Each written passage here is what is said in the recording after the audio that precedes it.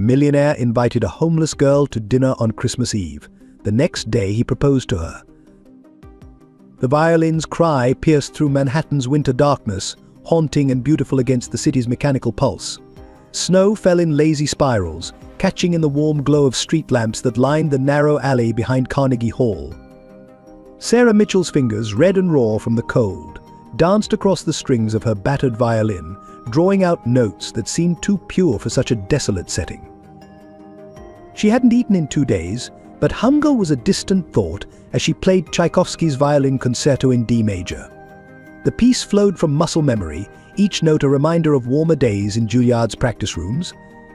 Her worn coat, several sizes too large, did little to shield against the December wind, but she played on, swaying slightly as the music consumed her.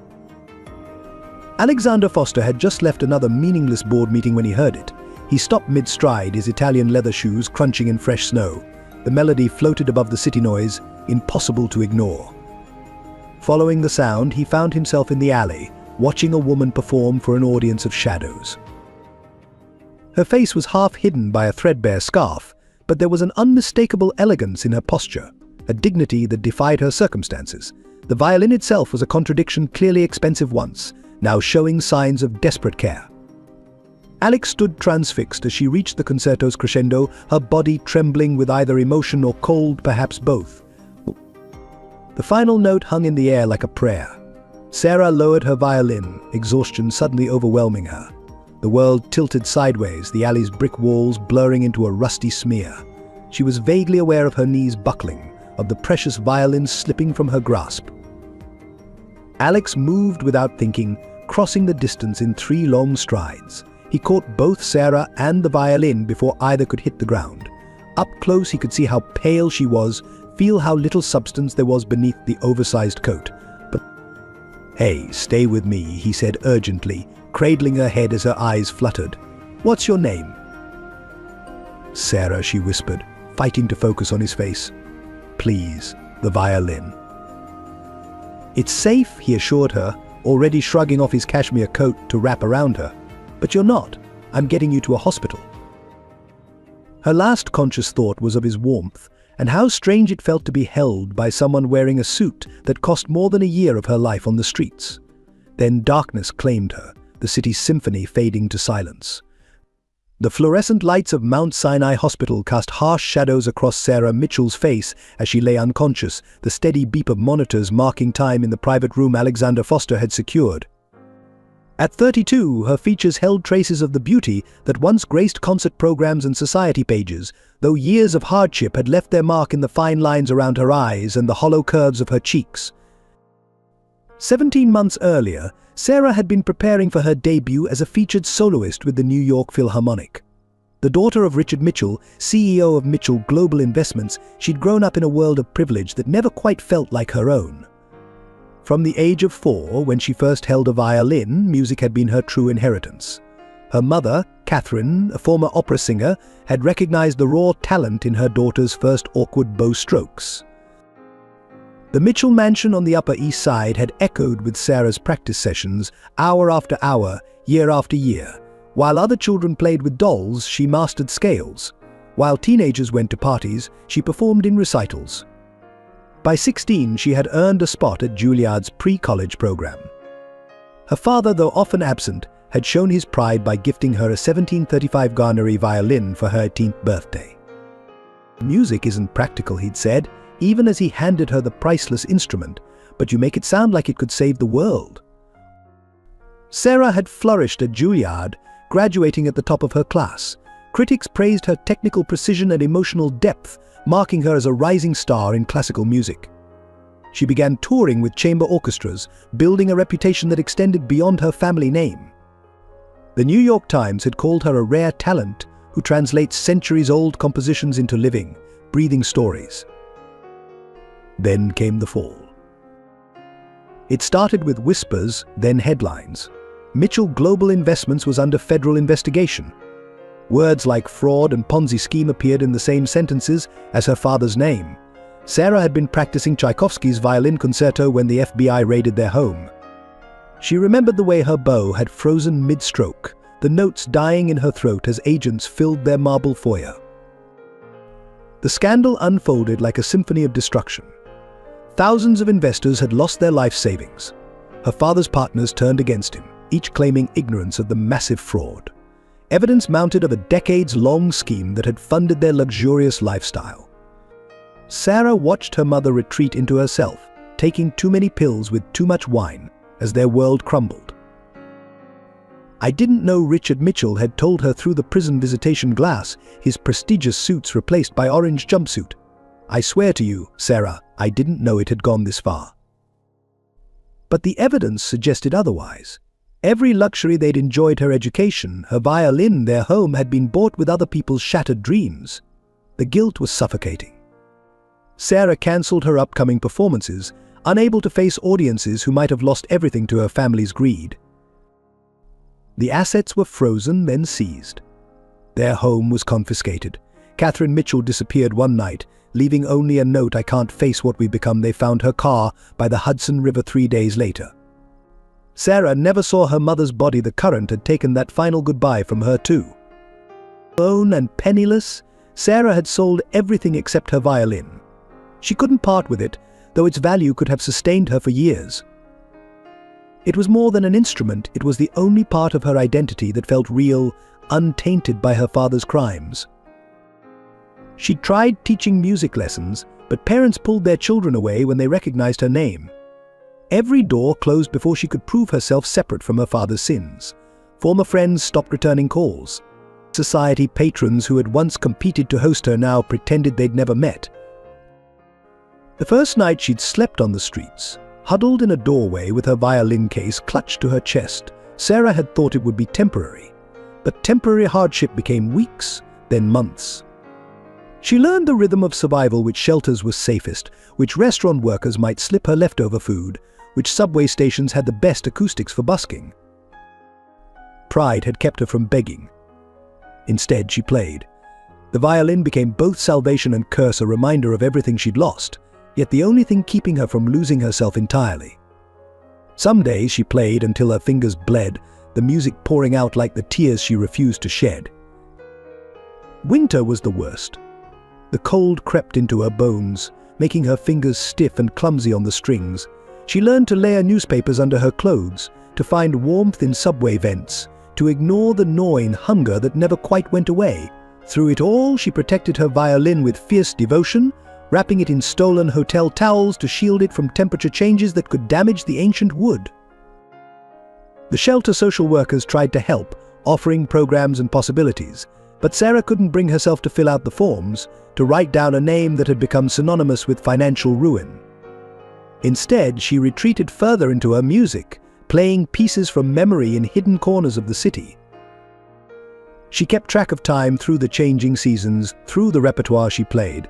Spring was for Vivaldi, summer for Brahms, autumn belonged to Bach, and winter was always Tchaikovsky, the concerto she'd been practicing when everything fell apart. It became her private ritual, a way to exorcise the ghosts of her past. Some nights, she'd sneak into the alley behind Carnegie Hall, playing for the shadows of a life she'd almost had. She imagined alternate realities where she'd made her debut, where her father had been honest, where her mother had been strong enough to stay. The music would swell with all the things she couldn't say, couldn't change, couldn't forget. The night Alexander Foster found her, she'd been playing through the hunger and exhaustion, pushing herself to finish the piece that had become both her punishment and her prayer.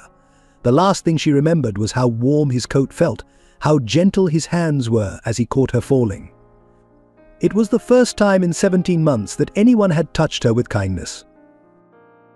Now, in the sterile quiet of the hospital room, Sarah's violin lay in its case beside her bed, the one possession Alexander had insisted on bringing with her. Even unconscious, her fingers twitched occasionally as if playing phantom notes on invisible strings. Her life had become a symphony of survival, each day a new movement in an ongoing composition of loss and resilience. The doctors diagnosed severe hypothermia, malnutrition, and exhaustion. But they couldn't measure the deeper wounds, the weight of guilt she carried, the loss of identity, the loneliness of being the daughter of New York's most notorious financial criminal. As she lay there, machines monitoring her vital signs, Sarah Mitchell was both the woman she had been and the woman she had become, a classical musician playing for spare change, a society daughter sleeping in doorways, an artist whose only audience was the indifferent city itself. Alexander Foster stood at the hospital window, his reflection ghosting against the Manhattan skyline. At 35, he cut an imposing figure in his tailored Tom Ford suit, though the usual precision of his appearance had been disrupted by the events of the night. His steel grey tie hung loosely around his neck, and his dark hair, typically perfectly styled, showed signs of running his fingers through it too many times. On paper, Alexander Foster was the definition of success. As the youngest partner at Sterling Foster Investment Banking, he doubled the firm's international portfolio in just 3 years. The Wall Street Journal had named him one of their 40 under 40 rising stars. His corner office on the 47th floor overlooked Central Park, and his penthouse in the Dakota was featured in Architectural Digest. But success, he was learning, felt hollow when it came with golden handcuffs. The path to his current position had been mapped out before he could walk. His grandfather, Theodore Foster, had founded the firm in 1962, building it from a small family office into a powerhouse of international finance. But his father, William, had expanded it further, establishing Sterling Foster as a key player in emerging markets. Alexander was meant to be the culmination of their legacy, the third-generation Foster who would take the firm into the modern era. His mother, Elizabeth Foster, had orchestrated his life with the precision of a military campaign. The Wright School's Phillips Exeter Academy, then Yale, the Wright Clubs, the Metropolitan, the Yale Club, the Wright Sports Rowing, Polo, and most importantly, the Wright Connections. She'd even chosen his apartment, insisting that a Foster needed an address that commanded respect. Everything we do reflects on the family, she'd reminded him countless times. Every choice, every appearance, every relationships. Alexander's mouth tightened at the thought. His current predicament stemmed from his mother's determination to orchestrate even that aspect of his life. The merger with Sterling Industries wasn't just a business deal, it came with the expectation that he would marry Victoria Sterling, the CEO's daughter. The union would consolidate power between two of New York's oldest financial families. Victoria was, on paper, the perfect match. Stanford Business School, former Olympic equestrian, and a natural talent for corporate politics, she moved through high society with effortless grace, knowing exactly which smiles to bestow and which rivals to neutralize. Their dates were exercises in public performance, carefully documented by society photographers and business journalists. But in private moments, when the cameras weren't watching, Alexander felt only emptiness. Victoria's conversation never strayed from strategic advantages and social alliances. She approached their relationship like a hostile takeover, calculating each move for maximum benefit. Even her laugh seemed practiced, deployed at precisely the right moments to charm precisely the right people. The engagement announcement was scheduled for New Year's Eve at the annual Sterling Foster Gala. Both families had already approved the press releases. The rings, both the public one for photographs and the family heirloom for tradition, were sized and waiting in his office safe. Everything was proceeding according to plan. Until tonight. The violin music had stopped him in his tracks. Through years of mandatory piano lessons and attendance at countless symphony galas, Alexander had never heard music that stripped away his carefully constructed facade. Something in those notes had reached past his designer suit and corporate armor, touching a part of himself he'd almost forgotten existed. Rachel Chen, his assistant of 5 years and probably the only person who truly knew him, had once asked why he stayed on his predetermined path when it clearly didn't make him happy. He'd brushed off the question, burying himself in quarterly reports and merger documents. But the truth was, he didn't know how to be anything else. The weight of family expectations, of generational responsibility, had shaped him so completely that deviation seemed impossible. His father's words from his deathbed 3 years ago still haunted him. The firm is your legacy, Alex. Don't let anything compromise that. Not emotion, not idealism, not love. Foster men put duty first. William Foster had built his reputation on being ruthless in business. He'd weather market crashes and financial crises through sheer force of will, making choices that prioritized the firm's survival over human cost. Alexander had watched and learned, absorbing the lesson that sentiment was a liability in their world. The annual charity contributions and philanthropic foundations were carefully calculated for maximum tax benefit and public relations impact. Even their support of the arts, the symphony patronage, the museum wings bearing the Foster name was part of a larger strategy to maintain their position in New York society. But the woman in the alley hadn't been playing for status or strategy. Her music had been pure, passionate, almost desperate in its beauty. It awakened something in Alexander, a longing he'd suppressed beneath spreadsheets and shareholders' meetings. For the first time in years, he'd acted on instinct rather than calculation when he caught her falling. Looking at her now, pale against the hospital sheets, Alexander felt an unfamiliar urge to protect someone without analyzing the potential return on investment. Her violin case, battered but clearly well cared for, spoke of priorities vastly different from his world of quarterly profits and market fluctuations. His phone buzzed another message from Victoria about the gala seating arrangements. He silenced it without reading.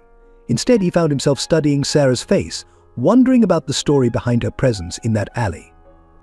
Even unconscious, she carried herself with a dignity that reminded him of his grandmother, the only person who had ever encouraged him to question the path laid out for him.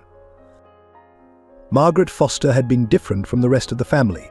A talented pianist who had given up a promising career to marry into the Foster dynasty, she'd maintained her love of music throughout her life.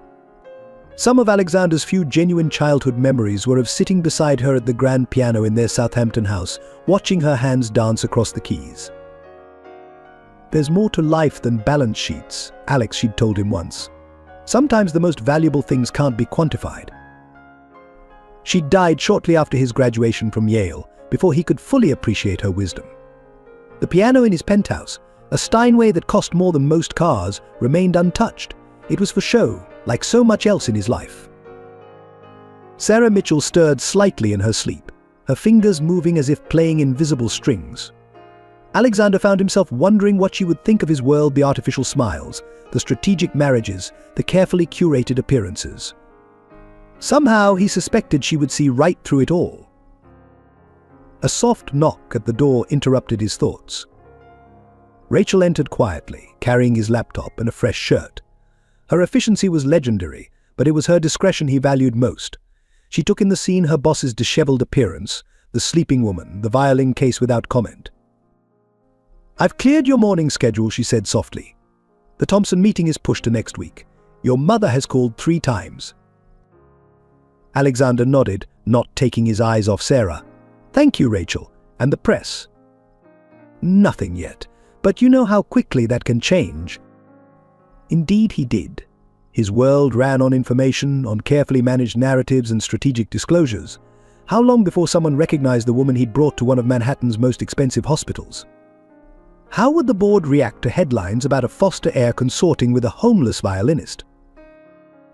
But for the first time in his carefully orchestrated life, Alexander Foster found himself not caring about the potential fallout.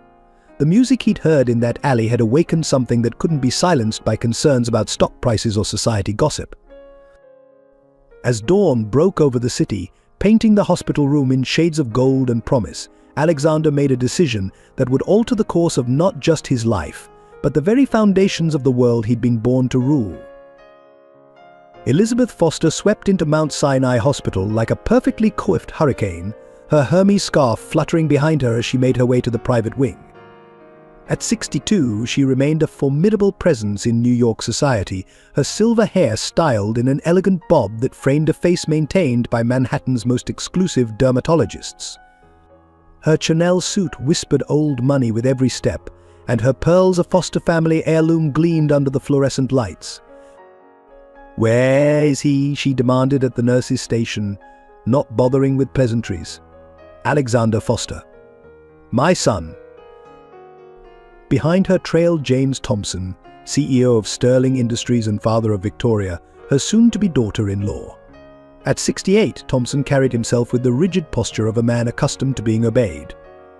His steel grey hair and rimless glasses completed the image of corporate authority, while his bespoke suit bore the subtle power of a man who never needed to discuss money to prove he had it. "This is a disaster waiting to happen," Elizabeth muttered, checking her phone for the 100th time. "The engagement announcement is in 3 days. What was he thinking?" James Thompson's thin lips pressed into an even thinner line. "Perhaps it's time to remind Alexander of his responsibilities to both our families. This merger represents billions in potential value. Rachel Chen, Alexander's executive assistant, watched this procession from her discreet position near Sarah's room. At 38, Rachel had perfected the art of being simultaneously invisible and indispensable. Her simple black dress and understated pearl earrings were chosen specifically to blend into any corporate setting, while her sharp intelligence showed in the alert way she observed everything around her. She'd been with Alexander for 5 years, long enough to know that his act of mercy towards Sarah Mitchell wasn't a random occurrence. She'd watched him increasingly strain against the golden chains of family expectation, seeing the subtle signs of his discontent with the path laid out for him. This moment had been building for years. Victoria Sterling's arrival completed the tableau of power players. At 32, she moved with the practiced grace of someone who had never known financial insecurity. Her Roland Mouret dress probably cost more than most people's monthly salary, but she wore it with the casual elegance of someone who had never needed to check a price tag. Mother, she addressed Elizabeth Foster with calculated warmth, ere kissing her future mother-in-law's cheek. "Daddy, has anyone spoken to Alex yet?" Rachel suppressed a small smile at Victoria's performance. Everything about the woman was choreographed, from her casual hospital visit outfit to the precise degree of concern in her voice. Even her golden hair was arranged in what magazines called effortless waves. That probably required 2 hours with her personal stylist. Their mess. Chen Victoria acknowledged Rachel's presence with the barest nod. "I trust you're handling the press." "Of course, MS." Sterling. No statements have been released. The dynamics between these power players shaped the world Alexander and Sarah were about to enter. Elizabeth Foster had spent decades crafting the perfect narrative for her family, scrubbing away any hint of scandal or impropriety. She'd weathered the death of her husband 3 years ago with stoic grace, never letting the public see her grief. Now, she viewed Sarah Mitchell as a threat to everything she'd built. James Thompson's interest was purely financial. The merger between Sterling Industries and Foster Sterling would create a financial powerhouse capable of dominating markets across 3 continents. His daughter's marriage to Alexander was meant to cement this alliance, ensuring both families' legacies for generations to come. Victoria herself was perhaps the most dangerous player in this drama. Unlike her father's obvious corporate machinations or Elizabeth's social maneuvering, Victoria's ambitions were wrapped in layers of charm and carefully cultivated relationships. She'd spent years positioning herself as the perfect match for Alexander, building alliances with key board members and cultivating an image of corporate sophistication. Into this web of power and privilege, Sarah Mitchell had unknowingly stumbled. Rachel watched as Elizabeth dispatched her assistant to begin background research on their unexpected guest. It wouldn't take long for them to discover Sarah's identity, the disgraced daughter of Richard Mitchell, the man whose financial crimes had shaken Wall Street 5 years ago. The irony wasn't lost on Rachel. The Fosters and Thompsons had been among those calling most loudly for Richard Mitchell's prosecution.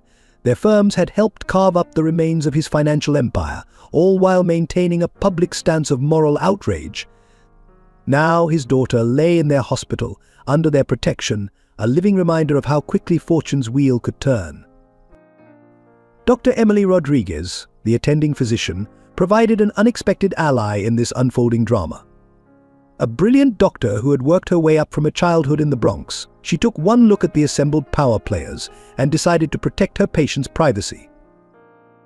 "I'm sorry," she told Elizabeth Foster firmly, "but unless your immediate family, I cannot discuss MS, Mitchell's condition." Elizabeth's perfectly shaped eyebrows rose in surprise at this resistance. "Do you know who I am?" "Yes, Mrs. Foster. And I know who pays for this wing of the hospital. But my obligation is to my patient." Rachel felt a surge of respect for Dr. Rodriguez. Few people dared to stand up to Elizabeth Foster, especially in her current mood. The doctor's commitment to her principles, regardless of the social pressure, offered a glimpse of the allies Sarah might find in this new world she'd entered. The final player in this unfolding drama arrived without fanfare. David Chen, no relation to Rachel, was Alexander's oldest friend and the firm's chief legal counsel. At 36, he carried himself with the quiet confidence of someone who had earned his position through merit rather than connections. His rumpled suit and slightly askew tie belied one of the sharpest legal minds on Wall Street. before anyone does anything rash. He announced to the assembled power players, "I suggest we consider the optics of this situation carefully.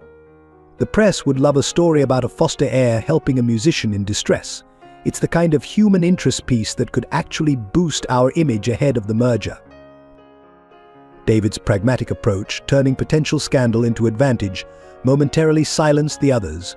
Even Elizabeth had to admit he had a point. Victoria, however, wasn't so easily deterred. "And what happens when they discover who she really is?" she asked sweetly. "The daughter of Richard Mitchell in a foster hospital. The press will have a field day with that irony." Rachel watched the calculations play across their faces.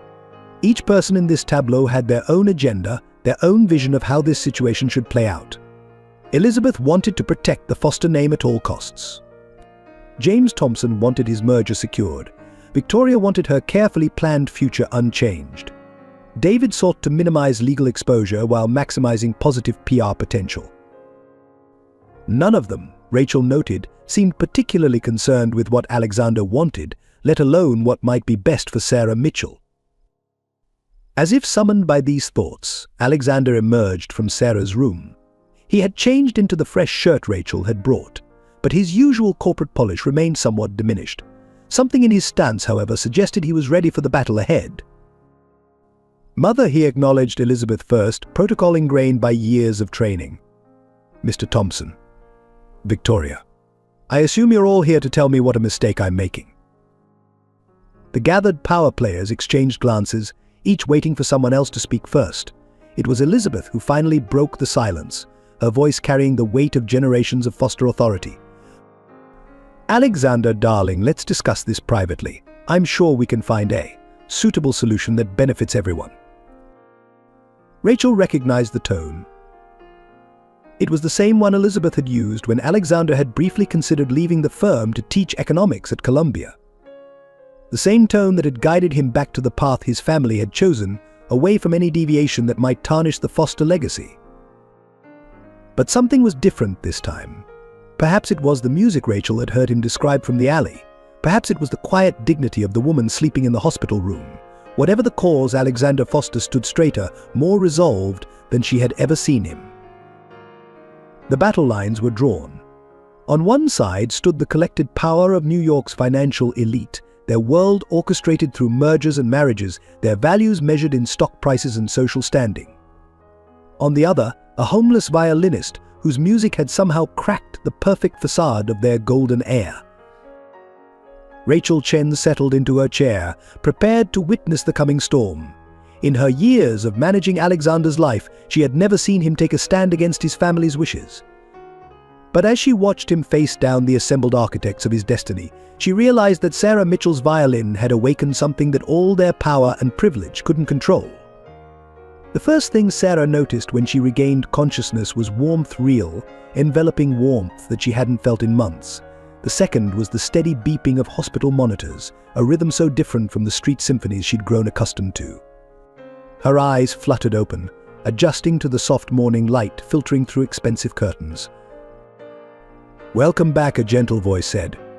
Dr. Emily Rodriguez stood beside her bed, checking vital signs with efficient movements. "You gave us quite a scare, Ms. Mitchell." Sarah tensed at the use of her real name, but the doctor's kind eyes held no judgment. How long she managed to ask, her throat dry. 2 days. Severe hypothermia, malnutrition, exhaustion. You're lucky Mr. Foster found you when he did. The memory flooded back, playing Tchaikovsky in the alley, the world tilting sideways, strong arms catching her. Sarah's hand flew to her throat in sudden panic. "My violin." Safe came a male voice from the doorway. Alexander Foster stood there, looking slightly rumpled in what was clearly an expensive suit. "I had it checked by a specialist. It's being stored in optimal conditions." Sarah studied him warily. In the harsh hospital lighting, he looked both younger and more tired than she remembered. His tie was slightly askew, suggesting he'd been here for hours. Why? Why what? "Why did you help me? Why am I in a private room? Why have you had my violin checked?" The questions tumbled out, each carrying the weight of years spent learning that nothing came without a price. Alexander moved into the room, taking a seat in the chair beside her bed. Dr. Rodriguez quietly excused herself, leaving them alone, because it was the right thing to do, he said simply. And because when I heard you play, I couldn't just walk away. Sarah's fingers twisted in the pristine hospital sheets. You know who I am? Yes, Sarah Mitchell, former Juilliard prodigy. Daughter of Richard Mitchell. His voice held no accusation, just stated facts. Then you know why I can't accept your help. Your firm was involved in the aftermath of my father's scandal. Your family. My family, Alexander interrupted gently, has nothing to do with this. I heard music in that alley that made me remember what it feels like to be truly moved by something real. That's why I helped you. Sarah turned to look out the window, blinking back unexpected tears. The Manhattan skyline stretched out before her, a landscape of privilege she'd once taken for granted. I can't pay you back. I'm not asking you to. A knock at the door prevented further discussion. Rachel Chen entered, carrying a garment bag and a violin case. The clothes you requested, Mr. Foster. And the violin has been returned from the luthier. Sarah's breath caught at the sight of her precious instrument. Alexander nodded to Rachel, who placed both items carefully on a nearby chair before departing. With trembling hands, Sarah reached for the violin case. Inside, her garnery gleamed, the wood looking somehow healthier than it had in months. They cleaned it, restrung it, and adjusted the humidity settings in the case, Alexander explained. Nothing major, just maintenance it needed. Sarah ran her fingers over the polished wood, emotions threatening to overwhelm her. This violin was more than an instrument, it was her last connection to who she'd been, her only constant through years of hardship. Thank you, she whispered, the words feeling inadequate. Will you play something? Alexander asked softly. The doctors say it would be good for you to move your fingers, start rebuilding strength. Sarah hesitated, then lifted the violin to her shoulder. It felt different, better, after its professional care. She began with Bach's aria from the Goldberg Variations, letting the pure, simple notes fill the hospital room. As she played, she felt some of her walls beginning to crumble. Alexander sat motionless, his eyes closed, listening with an intensity that surprised her. When the final note faded, he opened his eyes slowly. That was beautiful. It was the first piece I learned to play properly, she admitted. My mother used to sing it as a lullaby. A comfortable silence fell between them, broken only by the distant sounds of hospital activity. Finally, Alexander spoke again. I have a proposal for you. Sarah tensed immediately. Mr. Foster. Alexander, please. Alexander. Whatever you're about to suggest, I need to be clear, I won't be anyone's charity case. He leaned forward, his expression serious. What about a mutually beneficial arrangement? I have a penthouse with plenty of space, including a music room that's never used. You need a place to recover, to practice, to rebuild your life.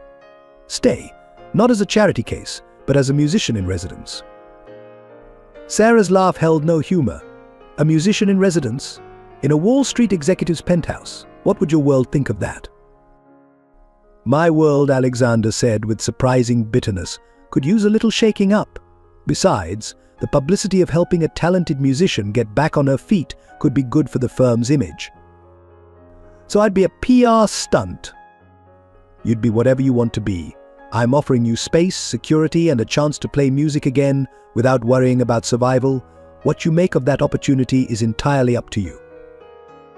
Sarah looked down at her violin, its surface reflecting the morning light. Why are you really doing this? Alexander was quiet for a long moment. Because when I heard you play in that alley, it was the first real thing I'd experienced in years. Everything in my life is calculated, orchestrated, planned. Your music, it reminded me that something else is possible. And what do you get out of this arrangement? The chance to hear you play. Maybe the chance to remember who I might have been before I became what everyone expected me to be. Sarah studied him carefully. Beneath his polished exterior, she sensed a kindred spirit, someone else trapped by expectations and circumstances, albeit in a very different way. I'll need time to think about it. Of course, he stood, straightening his jacket. The offer has no expiration date. In the meantime, focus on getting stronger. Dr. Rodriguez says you'll need at least another week here. As he reached the door, Sarah called out, Alexander. He turned back. Thank you. Not just for the help, but for treating me like a person, not a cautionary tale." His smile was warm, genuine. "Thank you for playing Bach like it was written yesterday, not 3 centuries ago." After he left, Sarah sat in the warm sunlight, her violin in her lap, considering his offer.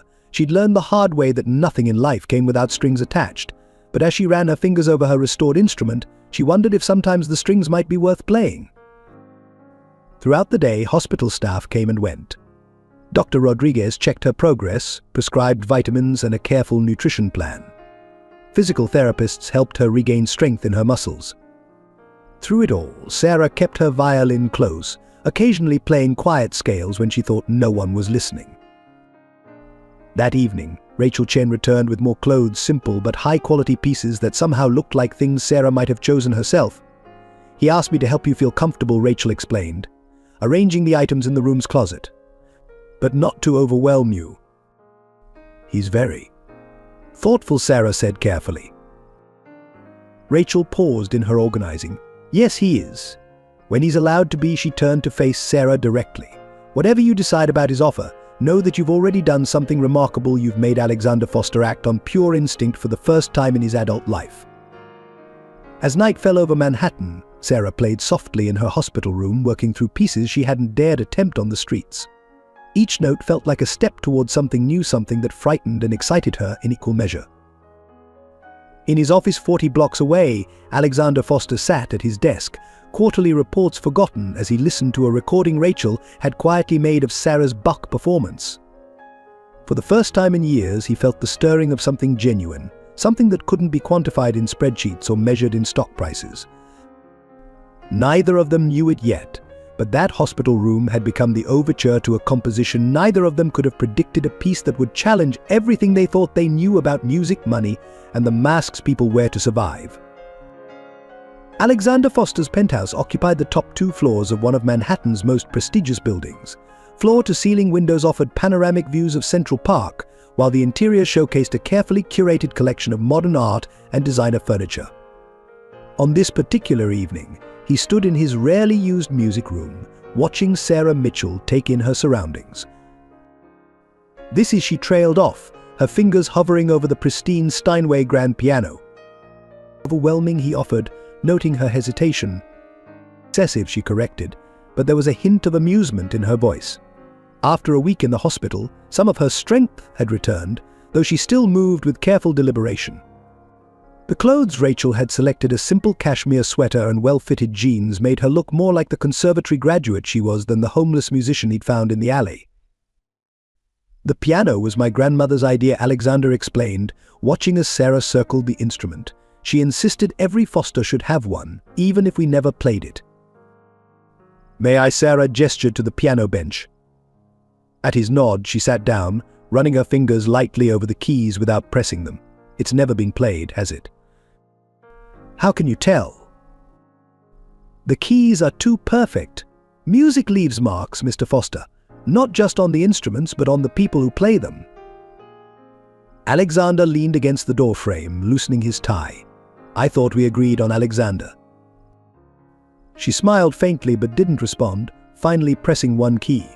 The note rang pure and true through the room. "It's a shame," she said softly. "Instruments are meant to be played, not displayed."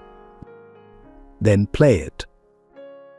Sarah hesitated, then began a gentle exploration of the keys, playing snippets of melodies that gradually wove together into Debussy's Clair de Lune. The music filled the penthouse, transforming the sterile perfection into something warmer, more alive. Alexander closed his eyes, letting the music wash over him. When the final notes faded, he opened them to find Sarah watching him with an unreadable expression. "You really do love music," she observed. "Is that so surprising? For someone who spends his days moving billions around?" "Yes, actually." Alexander moved into the room, taking a seat in one of the leather armchairs. "That's why I wanted to talk to you about an arrangement." Sarah's hands stilled on the keys. "The musician-in-residence idea." Something more specific, he leaned forward, his expression serious. "I need your help, Sarah, and I think you need mine." "I'm listening." My family expects me to announce my engagement to Victoria Sterling at the New Year's Eve gala. It's part of a larger merger between our companies worth billions in market value. And this concerns me how? Because I can't go through with it. Victoria is. She's perfect on paper, but there's nothing real there. No passion, no genuine connection. It's all strategy and social positioning. Sarah stood abruptly, moving away from the piano. I'm not sure what this has to do with me. Marry me instead. The words hung in the air between them. Sarah turned slowly, her expression incredulous. Excuse me. A temporary arrangement, Alexander clarified quickly. 1 year. You get a place to live, time to rebuild your career and financial security. I get out of an arranged marriage and the chance to reshape my life on my own terms. You're insane. I'm practical. Think about it, the press would love the story. Successful executive helps talented musician rebuild her life, finds love in the process. It's the perfect narrative. Except it wouldn't be real. Reality is overrated in my world. Everything's a performance anyway, at least this one would serve a purpose beyond making money. Sarah paced the room, her arms wrapped around herself. You do realize who I am, right? My father's scandal would make it even better. Redemption story, second chances, the power of music to bridge divides, the press would eat it up. This is crazy. Crazier than sleeping in alleys with a priceless violin. She shot him a sharp look. That was survival. So is this, in its way. Alexander stood, approaching her carefully. Look, I'm not asking for anything inappropriate. Separate rooms, complete independence. Think of it as a business arrangement with mutual benefits. Your family would never accept it. That's part of the appeal. His smile held a touch of bitterness. They've orchestrated every aspect of my life. Maybe it's time I wrote my own story. Sarah moved to the windows, looking out over the city that had been both her home and her prison. Why me? There must be dozens of women who'd jump at this chance. Because when I heard you play in that alley, it was the first honest thing I'd experienced in years. You have a gift, Sarah. Not just for music, but for cutting through artifice. I need that in my life, even if only for a year. She turned back to him. And after the year, you'll have had time to rebuild your career, make connections, establish yourself. I'll have broken free from my family's plans. We both get what we need. It's manipulation. It's survival, he echoed her earlier words, with better accommodations. Sarah walked back to the piano, playing a single note that resonated through the room. I'd need conditions. Name them. Complete musical freedom. I choose what I play, when I play, where I play. No corporate events or command performances unless I agree. Done? My own space, my own schedule. I'm not a trophy to be displayed at your convenience. Of course. And everything in writing. If I'm going to sell my soul, I want a proper contract. Alexander smiled. I'll have David draw up the papers tomorrow. Anything else? Sarah's fingers found another key, then another, the beginning of a melody he didn't recognize. Yes, you have to tell me why you really want to do this. The truth, not the practical reasons or the business benefits. He was quiet for a long moment, watching her hands move across the keys. Because I'm tired of living someone else's life. My family's expectations, Victoria's ambitions, the firm's requirements, they're all scripts written by other people. Your music reminded me that something authentic still exists, even if this arrangement is itself a performance. At least it's one we're choosing. The melody continued, soft and questioning. And if I say no, then I wish you well, and the offer to stay here while you recover still stands. No strings attached. Sarah played a final chord, letting it fade into silence. I'll need time to think about it. Take all the time you need. The gala's in 3 weeks. I need an answer by then. She stood from the piano, gathering her composure like a cloak. Thank you for showing me the music room. I should rest now. Of course, Alexander moved to the door, then paused. "Sarah, whatever you decide, thank you for making that piano sing again." After he left, Sarah remained in the music room, surrounded by instruments that had never known love. Her fingers traced the piano's polished surface, feeling the potential beneath its pristine exterior. The proposal was crazy, possibly dangerous, definitely complicated. But as she played another quiet melody, she had to admit it was also tempting. In his study, Alexander listened to the faint sounds of Sarah exploring the piano, playing fragments of pieces that spoke of questions, doubts, and possibilities. He'd thrown a wrench into his carefully ordered world, proposed something that could either save or destroy them both. But as the music drifted through his penthouse, bringing life to rooms that had known only echoes, he couldn't bring himself to regret it. The news of Alexander Foster's unconventional proposal spread through Manhattan's upper echelons like wildfire. Elizabeth Foster received the information in her penthouse breakfast room, where she'd been reviewing seating arrangements for the New Year's Eve gala. The limous's teacup trembled slightly in her hand as Rachel Chen delivered the message. "He's proposing what Elizabeth's voice carried the quiet danger of a glacier about to crack. A temporary marriage arrangement with M.S. Mitchell, Mrs. Foster. 1 year with specific terms and conditions." Elizabeth set the teacup down with precise control. "Get James Thompson and Victoria here. Immediately." Within an hour, the Foster penthouse became a war room. Victoria Sterling arrived first, her composed exterior betraying only the slightest tension around her eyes. James Thompson followed shortly after, his face already flushed with barely contained fury. "This is completely unacceptable," Thompson declared, pacing the marble floors. "The merger announcements are already prepared. The board expects the engagement at the gala." Victoria remained seated, her posture perfect. "Let me speak with him. Alex is just having pre-commitment anxiety. It's natural." Natural. Elizabeth's laugh held no humor. "There's nothing natural about this situation. He wants to marry a homeless musician. A Mitchell, of all people." "Former musician," Victoria corrected smoothly. "And technically she's not homeless anymore. He's already installed her in the penthouse."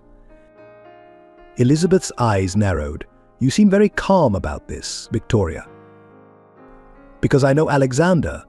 This is a phase, a rebellion against the expectations we've placed on him. Once he realizes the implications for the firm, he'll come to his senses." Meanwhile, in Alexander's office 40 stories above Wall Street, David Chen reviewed the proposed marriage contract. "This is thorough," he admitted, scanning the documents. "But Alex, have you really thought this through?" "More than I've thought through anything in my life." "The board won't like it. Thompson will fight it. Your mother," David trailed off meaningfully, "will have to accept that I'm not her puppet anymore." David leaned back in his chair, studying his friend. "What does Sarah think about all this?" "She's considering it. She has conditions of her own." "Smart woman," David shuffled the papers. "You realize this could cost you everything? The merger, your position, possibly even your inheritance." Alexander stood, moving to the window that overlooked the city. "What's the point of having everything if none of it feels real?" In the penthouse music room, Sarah faced her own interrogation. Rachel Chen had arrived with breakfast and questions that needed answers. "The press will dig into your past," Rachel warned, watching Sarah practice scales. "They'll resurrect every detail of your father's scandal." "They can't tell me anything I don't already know." "The social circle will be brutal. These people destroyed your father. They'll see you as an intruder, a threat to their carefully arranged plans." Sarah's fingers stilled on the violin strings. "I've survived worse than society gossip." "Have you?" "These people don't just gossip, they destroy. They'll question your motives, your character, your talent. They'll make you doubt everything about yourself." "Why are you telling me this?"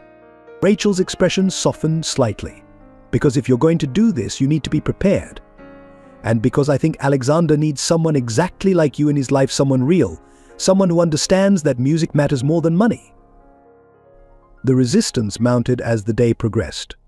Board members called emergency meetings. Society columnists began sniffing around for details. Victoria's father threatened to pull out of the merger entirely. Elizabeth Foster made her move that evening, summoning Alexander to the family townhouse.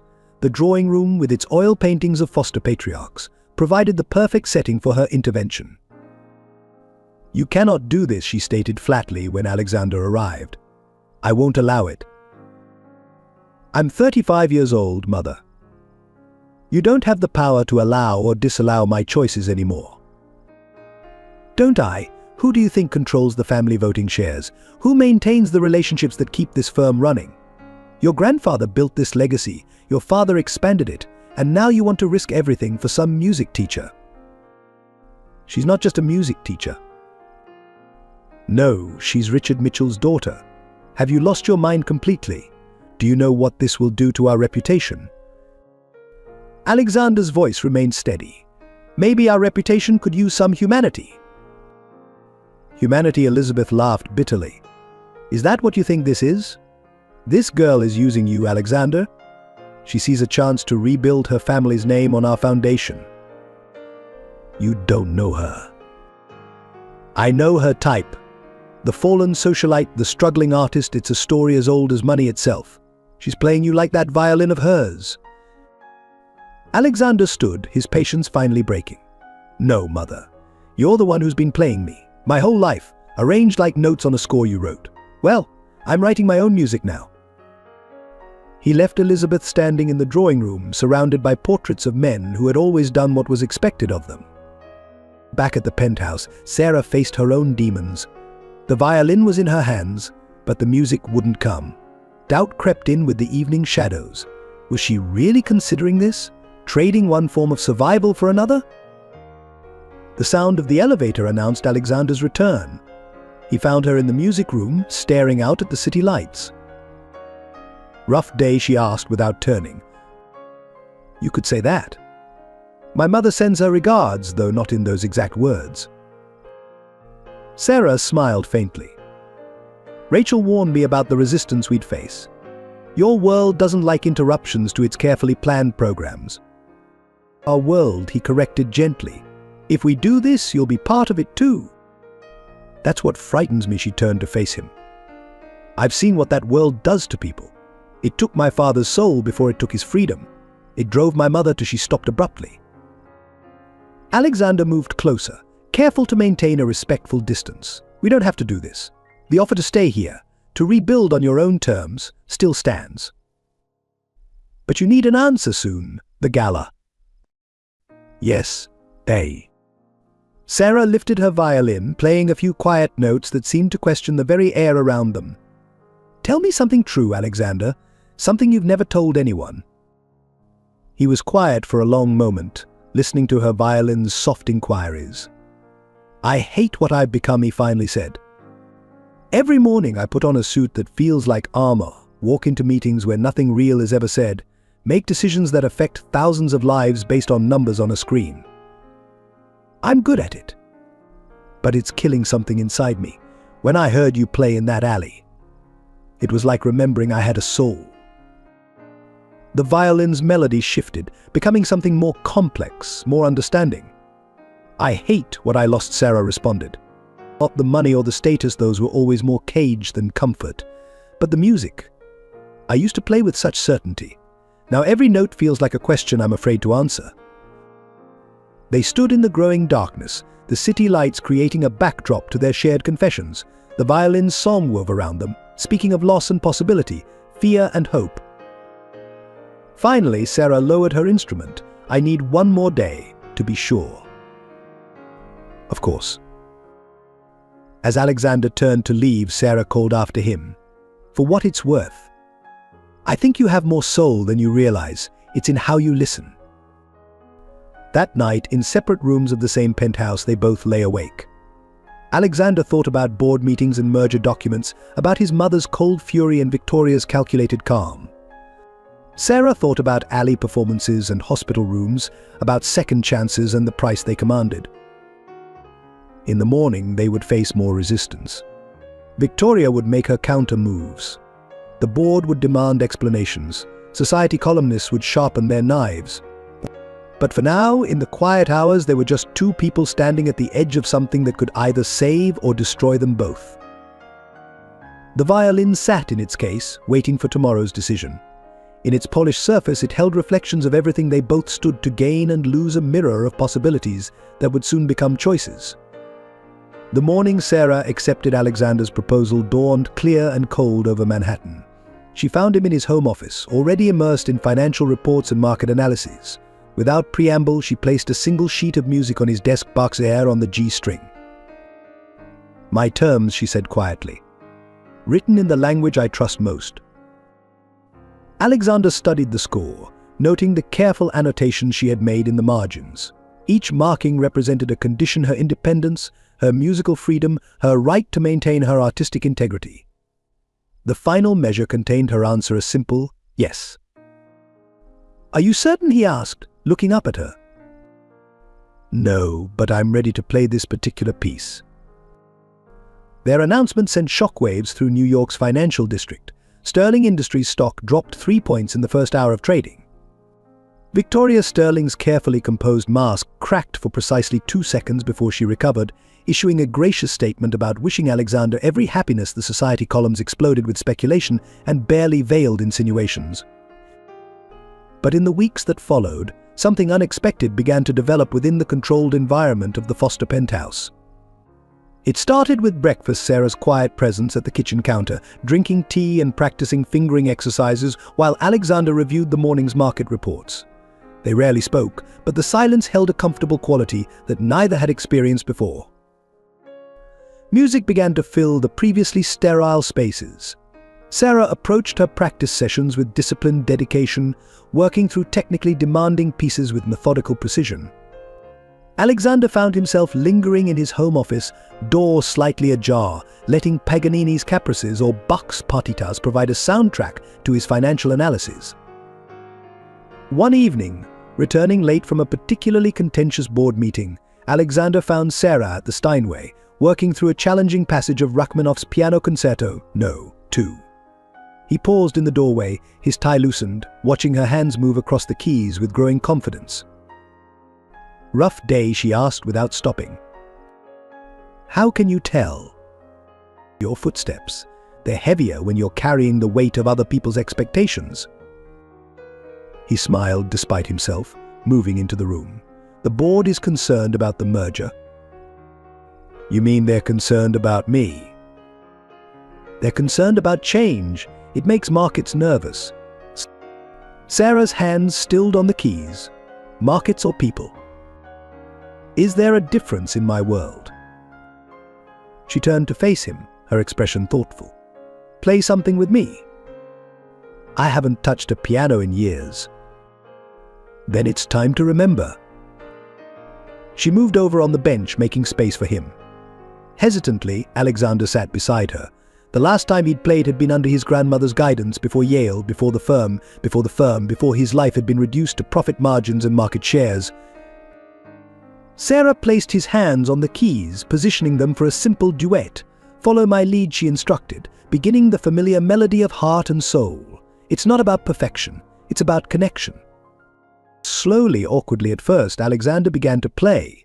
His part was basic, repetitive, but it provided the foundation for Sarah's more complex improvisations. As they played, he felt something shift, a wall crumbling, a mask slipping, a truth emerging. "Music doesn't judge," Sarah said softly as they played. "It just asks you to be present, to participate, to connect.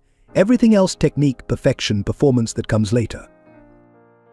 They played until the sun set over Central Park, the simple duet evolving as Alexander remembered more of his childhood lessons. When they finally stopped, something had changed between them. The arrangement, the contract, the business deal, it all seemed less important than the music they had just created together. The next morning, Rachel found them at the piano again, Alexander practicing scales while Sarah corrected his hand position. The assistant smiled to herself, recognizing the subtle signs of genuine connection developing beneath the surface of their arranged relationship. These quiet moments of musical collaboration began to influence other aspects of their interaction. Sarah started attending some of Alexander's business functions, not as a trophy fiancé, but as an observant partner. She would listen to his presentations about market trends and corporate strategies, then later help him find the human narrative beneath the numbers. "You're talking about people's lives," she told him one evening as he practiced a speech about corporate restructuring. not just balance sheets. These decisions affect real people with real stories. Play it that way. Alexander began seeing his work differently through her perspective. The midnight oil he'd always burned for profit margins now illuminated something more meaningful. His presentations became more nuanced, more human.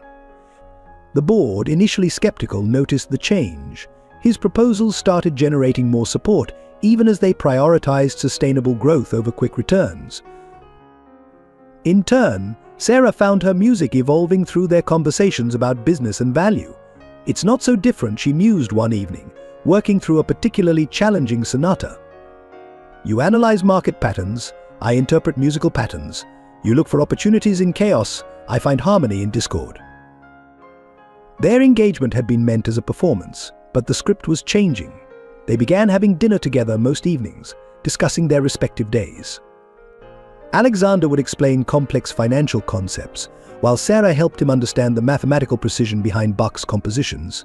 They were teaching each other their languages, building bridges between their worlds. Rachel noticed other changes too. Alexander started leaving the office at reasonable hours, eager to return home for what they now called evening concerts, Sarah's practice sessions that had become an essential part of his day. Sarah, in turn, began accompanying him to business dinners, where her genuine interest in people and their stories helped soften his corporate image. One particular evening marked a significant shift in their relationship. Alexander had been working late on a challenging acquisition deal when he heard Beethoven's Moonlight Sonata drifting from the music room. The piece spoke of loneliness, of yearning, of something just out of reach. He found Sarah at the piano, tears running silently down her face as she played.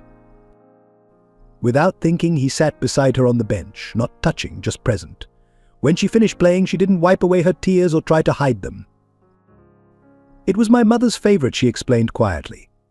"She used to say that Beethoven knew how to make loneliness beautiful." "Tell me about her," Alexander said softly.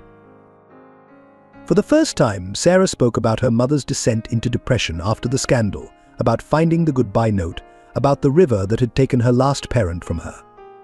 Alexander listened without judgment or attempt to fix anything. When she finished, he simply asked, "Would you play it again?" They sat together as Sarah played the sonata once more. But this time the loneliness in the music was accompanied by understanding, by shared grief, by growing trust. The performance they had agreed to put on for the world was becoming something neither of them had expected, something real. As December progressed and the New Year's Eve gala approached, their private moments of connection continued to accumulate.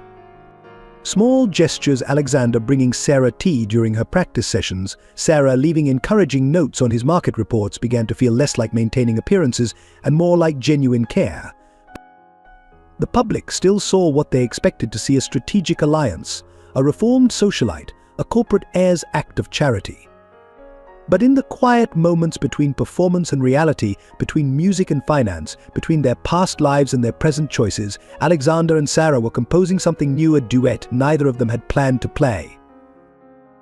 The Metropolitan Opera House glittered beneath December stars, its grand staircase carpeted in red and lined with New York's elite.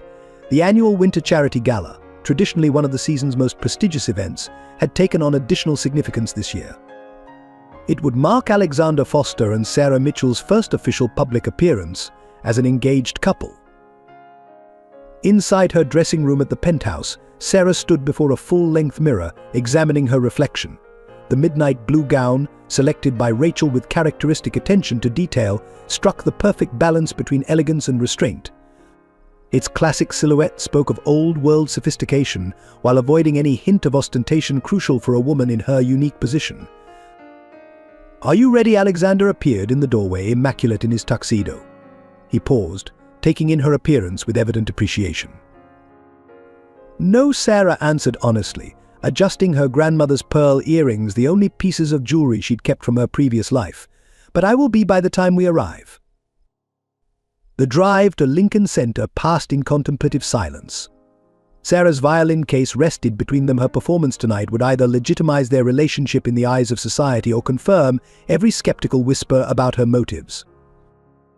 "Remember," Alexander said as their car approached the venue, "you don't have to prove anything to these people." Sarah's fingers traced the leather of her violin case. "Yes, I do. And so do you." The camera flashes began the moment they emerged from the car. Sarah accepted Alexander's arm with practiced grace, their months of private preparation manifesting in seamless public synchronization. They ascended the stairs as photographers called their names, their images destined for tomorrow's society pages. Victoria Sterling awaited them at the top of the stairs, resplendent in crimson Valentino. Alexander, darling, she kissed his cheek, then turned to Sarah with a smile that didn't quite reach her eyes. And Sarah, how brave of you to perform tonight. Thank you, Victoria Sarah replied evenly. I believe you know this piece quite well. Didn't you study violin at Exeter? A flicker of surprise crossed Victoria's face. She hadn't expected Sarah to know this detail of her past. Yes, though I never quite mastered Tchaikovsky. Few do, Sarah agreed pleasantly, allowing Alexander to guide her into the opera house. Inside, the grand foyer buzzed with Manhattan's power players. Elizabeth Foster held court near the champagne fountain, her silver hair and designer gown creating an aura of aristocratic authority. She acknowledged their arrival with a slight nod, her only concession to their presence. James Thompson, conversing with board members near the grand staircase, made no such effort at civility. He turned deliberately away as they passed, his message clear: they had violated the natural order of his world. Well, Alexander murmured, at least no one's being subtle about their disapproval. Sarah squeezed his arm gently. Subtlety is overrated, especially in Tchaikovsky. The evening progressed through its carefully choreographed movements. Dinner featured impeccable service and carefully curated conversation. Sarah navigated the social minefield with quiet dignity, neither apologizing for her presence nor attempting to justify it. Alexander watched with growing admiration as she fielded thinly veiled insults with grace and redirected probing questions with skill. Tell us, MS, Mitchell, one of the board members' wives, asked with saccharine sweetness, how does one maintain a violin while living alternatively?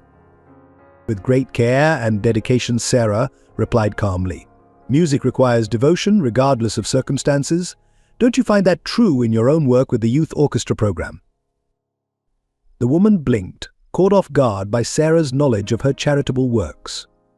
Before she could respond, the lights dimmed. It was time for the performance. Sarah rose from her seat, collecting her violin case. Alexander caught her hand briefly, conveying support without words. As she made her way to the stage, the whispers followed her like trailing silk. The stage lights illuminated her figure as she took her position. The midnight blue gown caught the light, transforming her into something ethereal. She lifted her violin, and in that moment Alexander saw what everyone else in the room was about to discover: Sarah Mitchell was never more herself than when she played. The first notes of Tchaikovsky's violin concerto filled the opera house. Sarah had chosen this piece deliberately. It was the same one she'd been playing the night Alexander found her in the alley. But this performance was different.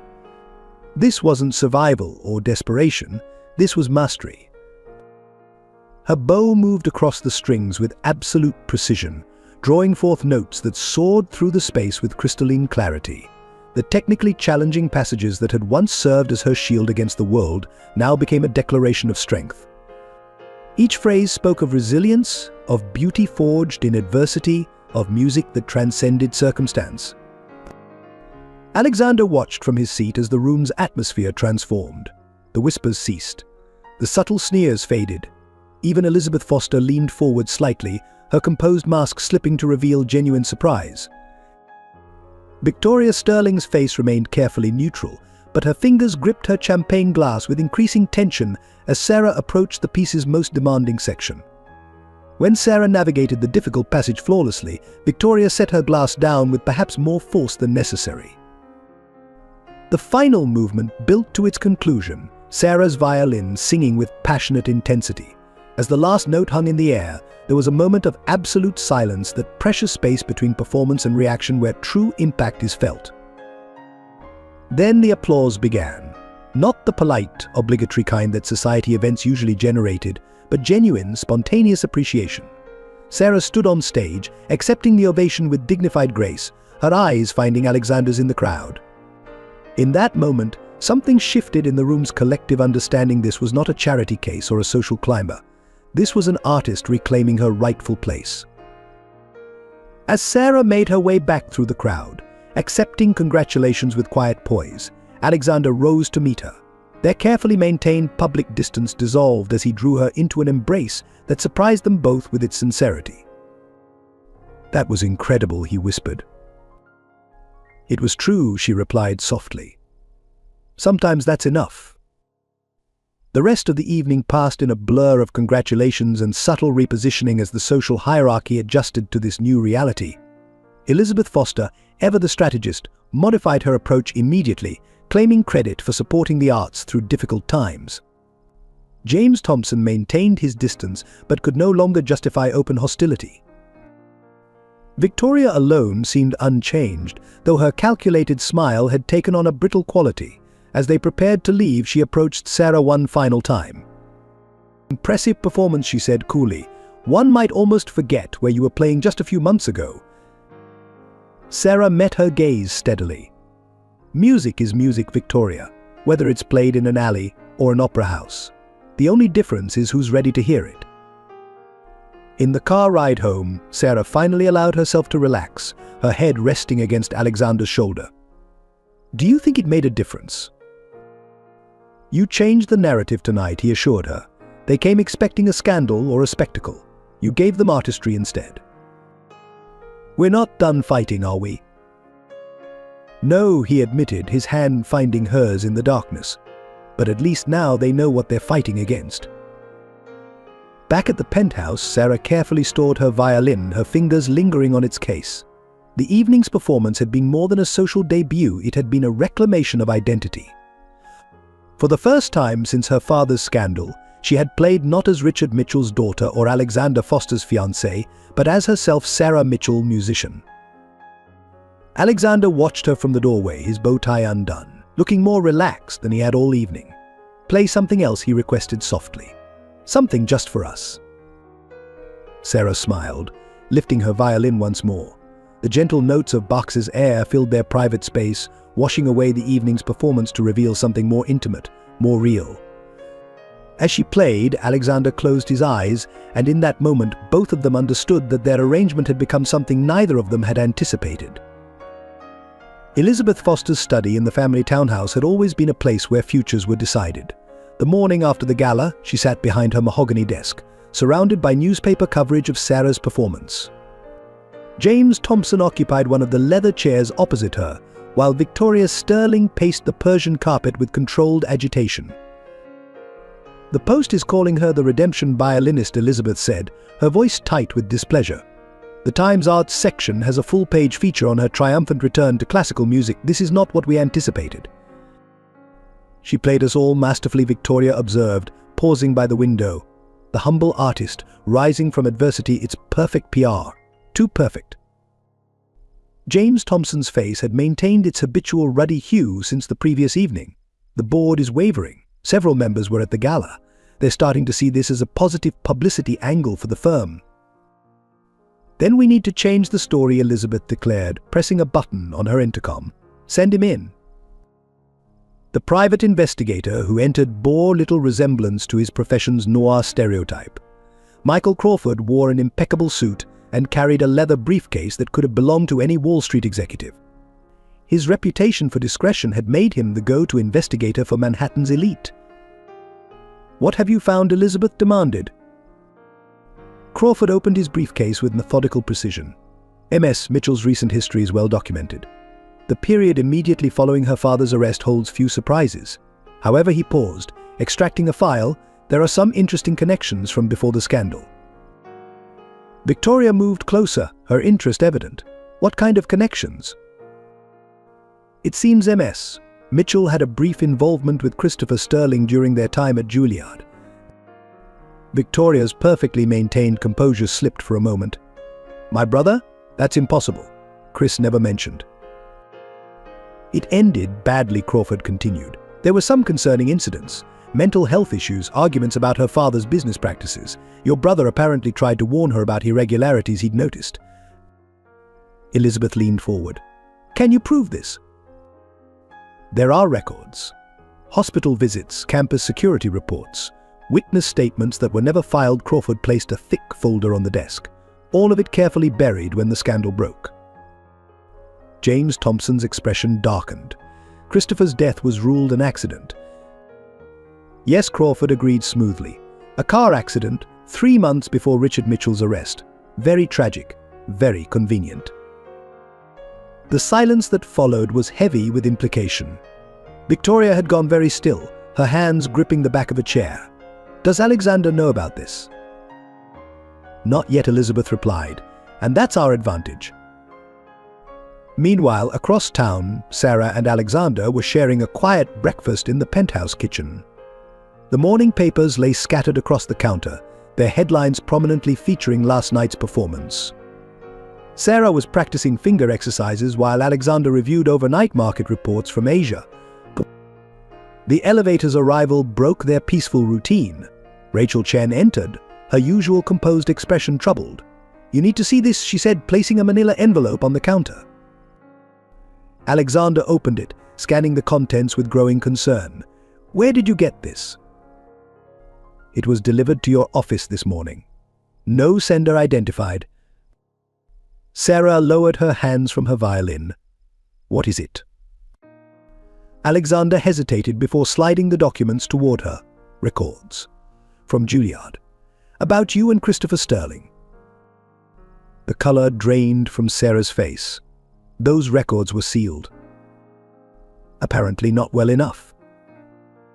Rachel watched the exchange with sharp attention. "Should I assume Victoria is behind this?" "Victoria, my mother, the whole Sterling-Foster alliance," Alexander confirmed. "They're desperate after last night." Sarah stood abruptly, moving to the window. Her reflection showed a face struggling for composure. "Chris was kind to me," she said quietly. "He tried to warn me about my father's business practices, but I wouldn't listen. When he died." "It wasn't your fault," Alexander said firmly. "Wasn't it? He was investigating my father. If I had listened to him instead of defending Dad blindly," she turned back to face them. "The accident was never proven to be just an accident." Rachel's intake of breath was barely audible. "They'll use this to destroy you both." "No," Alexander stated, standing. "They'll try. But we're not going to let them." The elevator chimed again. This time, Elizabeth Foster emerged, followed by Victoria and James Thompson. The battle lines were drawn before anyone spoke. "I assume you've received the package," Elizabeth began without preamble. "Your timing is impeccable, Mother." Victoria moved forward, her focus entirely on Sarah. "Did you ever tell him about Chris? About what really happened?" Sarah met her gaze steadily. "Your brother was a good man who tried to prevent a tragedy. I failed him by not listening. That's the truth." "The truth," Victoria's laugh was bitter. "The truth is that my brother died investigating your father's crimes, crimes you must have known about." "I knew nothing." Sarah's voice cracked slightly. "Neither did Chris. He had suspicions, but no proof." "The accident." "Was it an accident?" James Thompson interrupted. "The brake lines in his car were found to be damaged. The investigation was inconclusive." Alexander moved to stand beside Sarah. "If you're implying what I think you are, remember that accusations without proof are legally actionable." "We're not implying anything," Elizabeth said smoothly. "We're simply concerned about judgment, both Chris Sterling's and yours, Alexander." The tension in the room was palpable. Rachel had positioned herself near the door, her phone ready to make necessary calls depending on how this confrontation played out. "What do you want?" Sarah asked quietly. "We want you to end this charade," Elizabeth replied. "Leave Alexander, leave New York. There's a position at a conservatory in Vienna that would welcome you. All expenses paid, complete fresh start." "And if I refuse?" "Then these records become public. Every detail of your relationship with Chris, every suggestion of foreknowledge about your father's crimes, every question about that tragic accident, all of it splashed across every newspaper in New York." Alexander's voice cut through the tension. That's enough. His tone held an authority none of them had heard before. "Mother, you've overplayed your hand. Victoria, your brother deserved better than to have his memory used as a weapon. Mr. Thompson, I suggest you consider how the board would react to this kind of personal vendetta. You're throwing away everything, Elizabeth snapped. The merger, the company's future, your inheritance? No, Alexander interrupted. I'm choosing something real over something manufactured. Sarah's music last night wasn't just a performance, it was truth. Something this family seems to have forgotten exists. Victoria stepped forward, her composure finally cracking. Chris was my brother. He died because of her family. Chris died because he was trying to expose corruption, Sarah said softly. Just like I lost everything because my father was corrupt. We were both victims, Victoria. The only difference is that you had a family fortune to cushion your grief. The silence that followed was deafening. Rachel's phone buzzed urgent messages from the office about market reactions to rumors of trouble with the merger. No one moved to check their own phones. Finally, Elizabeth spoke. This isn't over. Yes, it is, Alexander stated firmly. Rachel, please show them out. And Mother, if these records appear in any form, anywhere, the next board meeting will include a very interesting discussion about certain family trust irregularities I've recently discovered. After they left, Sarah remained by the window, her fingers moving in silent scales against her leg. Alexander watched her, waiting. I should have told you about Chris, she finally said. Yes, you should have. Tell me now. And so she did, the whole story spilling out in the morning light. Chris Sterling's kindness to a struggling musician, his growing concerns about Richard Mitchell's business practices, their brief romance ended by his determination to uncover the truth. The accident that had never felt quite accidental, the guilt she'd carried ever since. When she finished, Alexander was quiet for a long moment. Do you think your father was responsible for Chris's death? I don't know, Sarah answered honestly. And that uncertainty has haunted me every day since. Alexander crossed to her, taking her hands in his. We all have ghosts, Sarah. The question is whether we let them define our future. The Madison Avenue Community Music Center had seen better days. Paint peeled from its walls, and the grand piano in the main practice room bore the scars of decades of use. Yet as Sarah Mitchell stood in the doorway, violin case in hand, she saw not decay, but possibility. It's not exactly Carnegie Hall, the center's director, Maria Gonzalez, apologized. At 65, she had dedicated her life to bringing music education to underprivileged children. But we make do with what we have. It's perfect, Sarah replied, already noting the excellent acoustics of the high-ceilinged room. How many students do you currently have? 12 regulars, though more would come if we had enough instruments and teachers. Maria hesitated. Ms. Mitchell, are you sure about this? These kids, they've had hard lives. They might not know who you are, but their parents will. Sarah began unpacking her violin. Good. Then they'll understand something about second chances. The first lesson was scheduled for that afternoon. Timothy Carter, age 13, arrived clutching a battered violin case held together with duct tape. He stopped short when he saw Sarah tuning her gonnery. You're that lady from the newspapers, he said, eyes wide. The one who played at the Opera House. I'm your new teacher, Sarah corrected gently. Show me what you've been working on. Timothy's playing was raw but passionate. His technique needed refinement, but his instincts were sound. As Sarah worked with him, adjusting his bow hold and explaining the importance of proper posture, she felt something she hadn't experienced since her days at Juilliard, the pure joy of sharing music. Word spread quickly through the community. Within weeks, Sarah's student roster had grown to 25. She established a scholarship program, using part of her monthly allowance from the arrangement with Alexander to provide instruments and lessons for promising students who couldn't afford them. Alexander supported her initiative wholeheartedly, though not in the way she initially expected. Rather than simply writing checks, he began attending the students' recitals, sitting quietly in the back of the room, watching Sarah transform lives through music. One evening, after a particularly moving performance by a young cellist, he found Sarah in the practice room, making notes on sheet music. You've created something remarkable here, he observed. Sarah looked up, her eyes bright with purpose. These kids remind me why I fell in love with music in the first place. It's not about perfection or prestige, it's about expression, connection, growth. The center began attracting attention from unexpected quarters. Several of Alexander's business associates, impressed by the program's success, offered sponsorships. Maria found herself fielding calls from other community centers interested in replicating the model. Sarah's teaching methods were unconventional but effective. She incorporated elements from her own experiences, both from her privileged past and her time on the streets. Her students learned not just technique but resilience, creativity, and the importance of finding their own voice through music. "Music saved my life," she told her advanced class one afternoon. "Not because it made me famous or successful, but because it gave me a way to speak when words failed. Each of you has a story to tell through your instrument. My job is to help you tell it clearly." The transformation wasn't limited to the students. Sarah's own playing evolved, gaining depth and emotional resonance that hadn't been present before. Her evening practice sessions at the Penthouse became more experimental, blending classical pieces with contemporary interpretations that reflected her new perspectives. Alexander noticed the change one night as he worked late in his home office. The sound of Vivaldi's Winter drifted through the Penthouse, but something was different. Sarah had modified the piece, weaving in elements that spoke of urban rhythms and modern struggles while maintaining the composition's classical integrity. He found her in the music room, completely absorbed in her playing.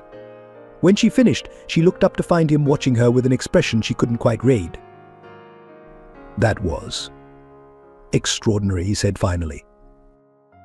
"It's changing," she admitted, lowering her violin. "The music, I mean. Teaching these kids, seeing how they interpret classical pieces through their own experiences, it's making me rethink everything I thought I knew about performance."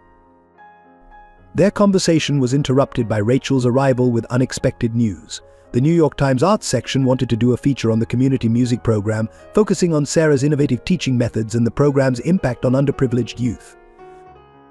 "It's a human interest story," Rachel explained. "They're interested in how classical music can bridge social divides." Sarah's initial instinct was to decline. She had avoided publicity since the gala performance, focusing instead on her students and her own musical development. But Alexander saw the bigger picture. This could help expand the program, he pointed out. Think of how many more students you could reach.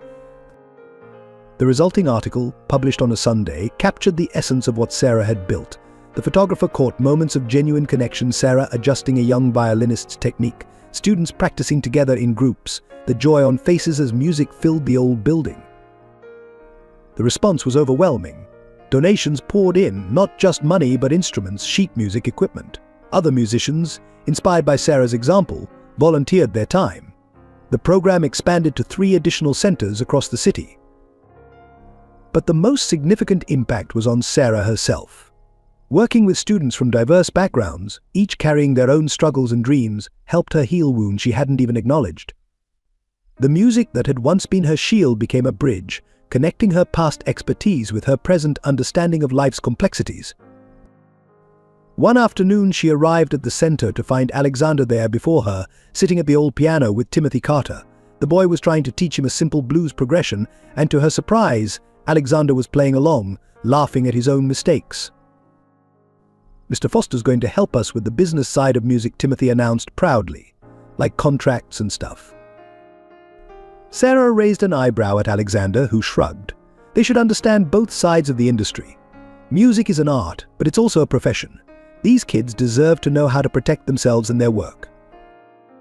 The program continued to evolve. Sarah established a mentorship system where advanced students helped teach beginners. She organized community concerts where students performed alongside professional musicians. The center became a place where music transcended social barriers, where bank executives' children played duets with kids from public housing. Through it all, Alexander watched Sarah bloom into someone neither of them had expected, not the privileged prodigy she'd been before her father's scandal, nor the struggling street musician he'd found in the alley, but something entirely new. She became a force for transformation, using music not as a means of escape, but as a tool for connection and change. The arrangement that had brought them together began to feel increasingly irrelevant. Their public appearances were no longer performances but genuine shared moments. The music that filled their home was no longer practice but conversation, each piece expressing something words couldn't capture. The transformation began subtly, like the first notes of a symphony emerging from silence. Alexander noticed it one morning as he reviewed quarterly reports in his office. The numbers, once his sole focus, now seemed to tell stories beyond profit margins, stories of employees' livelihoods, community impacts, and sustainable growth. His executive assistant, Rachel Chen, was the first to comment on the change. "Your presentation style is different," she observed after a particularly successful board meeting. "More human. The directors are responding to it." Alexander adjusted his tie, considering her words. "Sarah says that every piece of music tells a story. Perhaps financial reports do too, we just need to listen differently." The influence of Sarah's perspective had begun to permeate his approach to business. Where he once saw market fluctuations, he now recognized patterns similar to musical rhythms. Strategic planning became less about immediate gains and more about creating sustainable harmony between profit and purpose. In the boardroom, this new approach manifested in unexpected ways. During a crucial meeting about corporate restructuring, Alexander surprised everyone by asking not just about cost savings, but about the impact on employees, families, and communities. "We're not just moving numbers on a spreadsheet," he stated firmly. "We're conducting an orchestra of lives and livelihoods. The question isn't just what sounds good in theory, but what creates lasting harmony in practice." James Thompson, attending the meeting, exchanged glances with other board members. This was not the Alexander Foster they were accustomed to, the ruthless young executive focused solely on bottom lines. This was someone more nuanced, more aware of the human elements in corporate decisions. Meanwhile, Sarah's own growth paralleled Alexander's, though in different ways. The woman who had once hidden from her past now faced it head-on through her music and teaching. Her students at the community center became her teachers in unexpected ways, showing her how to find beauty in imperfection and strength in vulnerability. One evening, after a particularly challenging day of teaching, Sarah sat at the penthouse piano, playing Chopin's Nocturne in B-flat minor. Alexander found her there, her fingers drawing emotion from the keys that hadn't been present in her earlier, more technically perfect performances. "You played differently now," he observed, sitting beside her on the bench. Sarah's hands stilled on the keys. "Before I played to prove something, my worth, my skill, my right to exist in certain circles. Now I play to connect, to communicate, to share something real." Their conversation was interrupted by a call from Elizabeth Foster. Alexander put it on speaker, a habit they'd developed in their growing partnership. "The annual Foster Foundation Gala needs a new direction," Elizabeth announced without preamble. "The usual society orchestra isn't generating the interest we need for donations." Sarah and Alexander exchanged glances. "What are you suggesting, Mother?" "A collaboration. Sarah's community music program students performing alongside professional musicians. It would demonstrate our commitment to social responsibility while maintaining the event's prestigious nature." The proposal hung in the air between them. A year ago, such an offer would have seemed like manipulation. Now it represented something else, an acknowledgement, however reluctant, of the changes they had brought to their world. The students would need to be compensated, Sarah said firmly. Professional rates, not token payments. Of course, Elizabeth agreed too quickly. We are, after all, a Foster Foundation event. After the call ended, Alexander turned to Sarah. "You're changing them too, you know. My mother would never have considered something like this before." Sarah resumed, playing softer now. "We're all changing. The question is whether we're changing because we want to or because we have to." Their personal growth extended beyond their professional lives. Alexander began taking piano lessons again, not to perfect his technique but to understand Sarah's world better. Sarah, in turn, started attending business seminars, learning the language of finance to better advocate for arts funding. The arranged nature of their relationship had evolved into something neither had anticipated. They found themselves sharing not just space and appearances, but ideas, dreams, and genuine moments of connection. The music room became their sanctuary, where they could be truly themselves without the weight of their respective pasts. One morning, Alexander arrived at the office to find Victoria Sterling waiting in his private conference room. She looked elegant as ever, but something had shifted in her demeanor. "Your quarterly reports," she said, placing a folder on the table. "They're different, better. The social impact metrics alongside the financial projections, it's innovative." "Thank you," Alexander replied cautiously. "She's changed you," Victoria observed, not unkindly. "The question is, has she changed you into someone stronger or someone weaker?" "Those aren't the only options, Victoria. Sometimes change just makes us more authentically ourselves. The conversation stayed with him throughout the day. That evening, he shared it with Sarah as they walked through Central Park, a habit they developed for private discussions. "Do you think we're becoming weaker?" he asked, voicing the doubt that had lingered since Victoria's visit. Sarah considered this as they passed the bandshell where her students would soon perform. "I think we're becoming more real. Your business decisions consider human impact alongside profit. My music has gained depth from understanding struggle. How is that weakness?"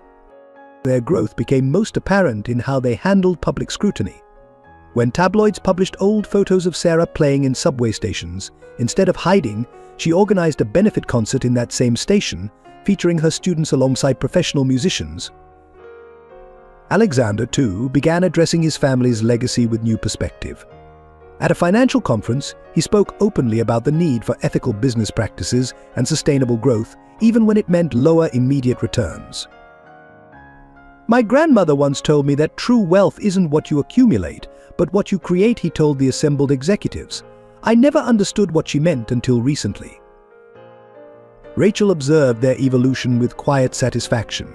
"You both stopped performing and started living," she remarked one afternoon, as she watched them work together on a proposal for expanding the music program. The truth of her observation was evident in small moments: Alexander humming classical pieces while reviewing reports, Sarah confidently navigating business meetings about arts funding, their shared language that blended finance and music into something uniquely their own. As winter deepened into the holiday season, their scheduled year of arrangement approaching its midpoint, both Sarah and Alexander realized that their growth had led them to an unexpected crossroads. The masks they had worn, the ruthless executive, the tragic musician, had fallen away, revealing two people who had helped each other become more authentically themselves. The first signs of serious trouble arrived on a crisp December morning. Alexander Foster sat in his corner office, reviewing the latest financial projections, when Rachel Chen entered without knocking, a rare breach of protocol that immediately caught his attention. "Sterling Industries is making a move," she announced, placing a confidential report on his desk. "They've been quietly acquiring shares through subsidiary companies. They're positioning for a hostile takeover." Alexander studied the documents, his expression hardening as he recognized the strategy. James Thompson had always been ruthlessly efficient, but this was unprecedented. The complex web of shell companies and indirect purchases demonstrated a careful, long-term plan to gain control of Foster Sterling. "How long have they been building this position?" he asked. "Based on our analysis, since the night of Sarah's performance at the Opera House, they've been exceptionally discreet. If one of our analysts hadn't noticed a pattern in the trading volumes, we might not have caught it until it was too late." The implications were clear. The Thompsons and Sterlings weren't just trying to prevent his marriage to Sarah, they were attempting to seize control of his family's company entirely. At the same time, across town, Sarah faced her own crisis at the Madison Avenue Community Music Center. She arrived for morning lessons to find Maria Gonzalez in tears. The building's owner had suddenly terminated their lease, citing code violations that had never been an issue before. "They're giving us 30 days to vacate," Maria explained, her hands shaking as she held the legal notice. "The children's winter concert is in 3 weeks. What are we going to do?" Sarah examined the document, noting the law firm's letterhead, Sterling Thompson Associates. The connection was impossible to ignore. When she called Alexander to share the news, his response confirmed her fears. "They're moving on all fronts," he said grimly. "The company, the music center, probably more we haven't discovered yet. This is a coordinated attack." The pressure mounted throughout the day. Board members began receiving anonymous dossiers detailing Alexander's erratic business decisions since meeting Sarah. His emphasis on sustainable growth and social responsibility was portrayed as weakness, a deviation from the Foster tradition of aggressive profit maximization. Meanwhile, several major donors to the community music program suddenly withdrew their support, citing concerns about leadership. The pattern was clear: Victoria Sterling's influence in philanthropic circles was being leveraged to isolate and discredit Sarah's work. That evening, Alexander and Sarah met with David Chen in the penthouse to assess their position. The city lights sparkled beyond the windows, a stark contrast to the tension in the room. "They're trying to force our hands," David explained, spreading documents across the dining table. "The takeover attempt, the music center closure, the donor withdrawals, it's all designed to make you choose between each other and everything else you care about." Sarah stood by the piano, her fingers absently tracing the keys. "How long can we fight this?" "The company has anti-takeover provisions," Alexander replied, loosening his tie. "But they're obviously prepared for a long battle. The real question is what else they have planned." The answer came the next morning in the form of a front-page article in the Financial Times. "Foster Heirs Romance Threatens Billion-Dollar Merger," screamed the headline. The piece, while carefully worded to avoid direct accusations, painted their relationship as a threat to market stability and shareholder value.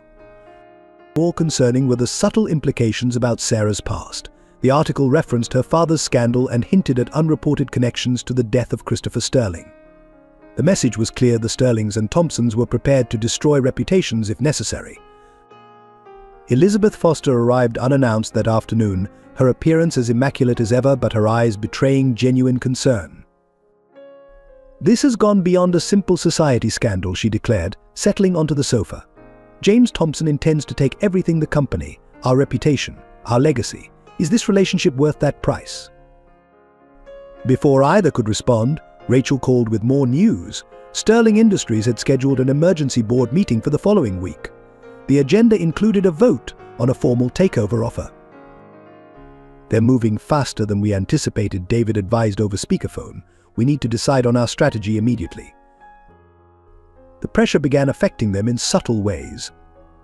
Sarah's playing became more intense, almost aggressive, as if she were fighting battles through her music. Alexander worked later hours, his determination to protect both the company and their relationship driving him to exhaustion. One evening, Sarah found him asleep at his desk, surrounded by financial reports and legal documents. As she draped a blanket over his shoulders, she noticed the family photographs on his desk, generations of Fosters who had built and protected the company he was now fighting to save. The weight of their situation struck her fully in that moment. Her presence in his life had become a catalyst for destruction, threatening not just his personal happiness, but his entire family legacy. The next morning, Victoria Sterling requested a private meeting with Sarah. They met at a discreet cafe far from their usual social circles. "You must understand what's at stake," Victoria said, stirring her untouched tea. "This isn't just about Alexander anymore.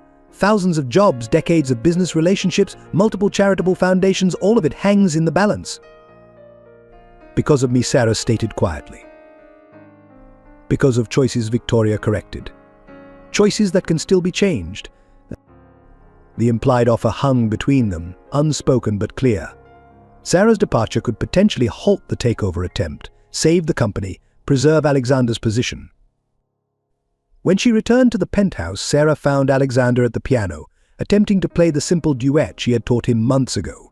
The sight nearly broke her resolve, this powerful executive working so diligently at something purely for the joy of sharing it with her. "They're not going to stop," she said softly. Alexander's hands stilled on the keys. "No, they're not. The company is your legacy, Alexander, your family's legacy. I can't be the reason it's destroyed." He turned to face her, his expression fierce. "The company is part of who I am, but it's not all I am. You taught me that." The tension reached a critical point when James Thompson made his final move. At an emergency shareholders meeting, he presented evidence suggesting that Alexander's relationship with Sarah was not just damaging to the company, but potentially fraudulent, a calculated scheme to manipulate public opinion and market sentiment. The accusation was ludicrous, but in the high-stakes world of corporate finance, perception often mattered more than truth. The company's stock price began to fluctuate wildly as rumors spread through the market. Sarah watched from the sidelines as Alexander fought battles on multiple fronts, defending their relationship, protecting the company, maintaining his vision for ethical business practices. The cost was visible in the new lines around his eyes, the tension in his shoulders. Carnegie Hall stood silent in the pale morning light, its legendary acoustics waiting to be awakened. Sarah Mitchell walked onto the empty stage, her footsteps echoing in the vast space. The prestigious venue would host a unique performance that evening, a collaborative concert featuring her community music students alongside professional musicians from the New York Philharmonic. The event had generated significant media attention, not just for its innovative approach to classical music education, but for what it represented: the confluence of tradition and transformation, privilege and purpose. The New York Times had already published a lengthy feature titled "Redefining Classical Music: The Sarah Mitchell Method." Alexander Foster watched from the wings as Sarah conducted the final rehearsal. Her students, once hesitant and uncertain, now played with confidence born of rigorous training and unwavering support. The young violinist Timothy Carter, in particular, had developed into a remarkable talent, his technique refined but maintaining the raw emotional honesty that had first caught Sarah's attention. MS. Mitchell Timothy called out during a break, "My mom wanted me to thank you. She says since I started playing, my grades have improved and I'm not getting into trouble anymore."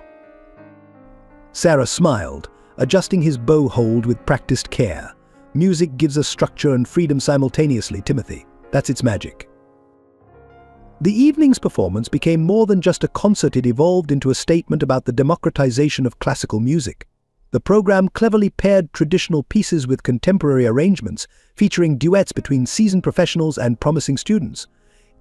The result was a fresh interpretation of classical works that maintained their integrity while introducing modern relevance.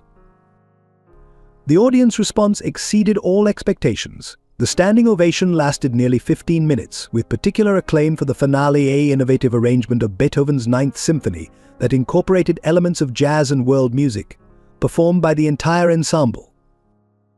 Critics praised the performance's artistic merit and social significance. The Wall Street Journal's art section declared it a masterclass in musical innovation and social integration. The New Yorker published an extensive profile of Sarah, focusing on her journey from privileged prodigy to homeless musician to pioneering educator. The success attracted attention from unexpected quarters. The Manhattan School of Music offered Sarah a visiting professorship, praising her innovative teaching methods. Several major conservatories expressed interest in implementing her community outreach model. Yet it was the response from her own musical community that moved Sarah most deeply. During the post-concert reception, renowned violinist Joshua Bell approached her. "What you've created here transcends music education," he observed. "You're building bridges between worlds that rarely connect." The recognition brought new opportunities and challenges. Government arts organizations requested her input on cultural accessibility initiatives. Private foundations sought her expertise in developing music education programs for underprivileged communities. Alexander supported these developments wholeheartedly, often attending meetings with potential partners and donors. His business acumen proved invaluable in structuring sustainable funding models for expanded programs. The difference between charity and change, he explained during one planning session, is sustainability. "We're not just giving these students music lessons, we're investing in their futures and the future of classical music itself."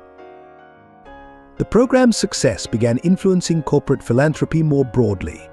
Other companies started examining their own charitable initiatives, focusing more on sustainable community impact rather than one-time donations. Sarah's approach to teaching attracted academic interest as well. Researchers from Columbia University's Teachers College began studying her methods, particularly her integration of classical training with contemporary cultural contexts. Traditional conservatory education often emphasizes technical perfection over emotional authenticity, Sarah explained to the researchers.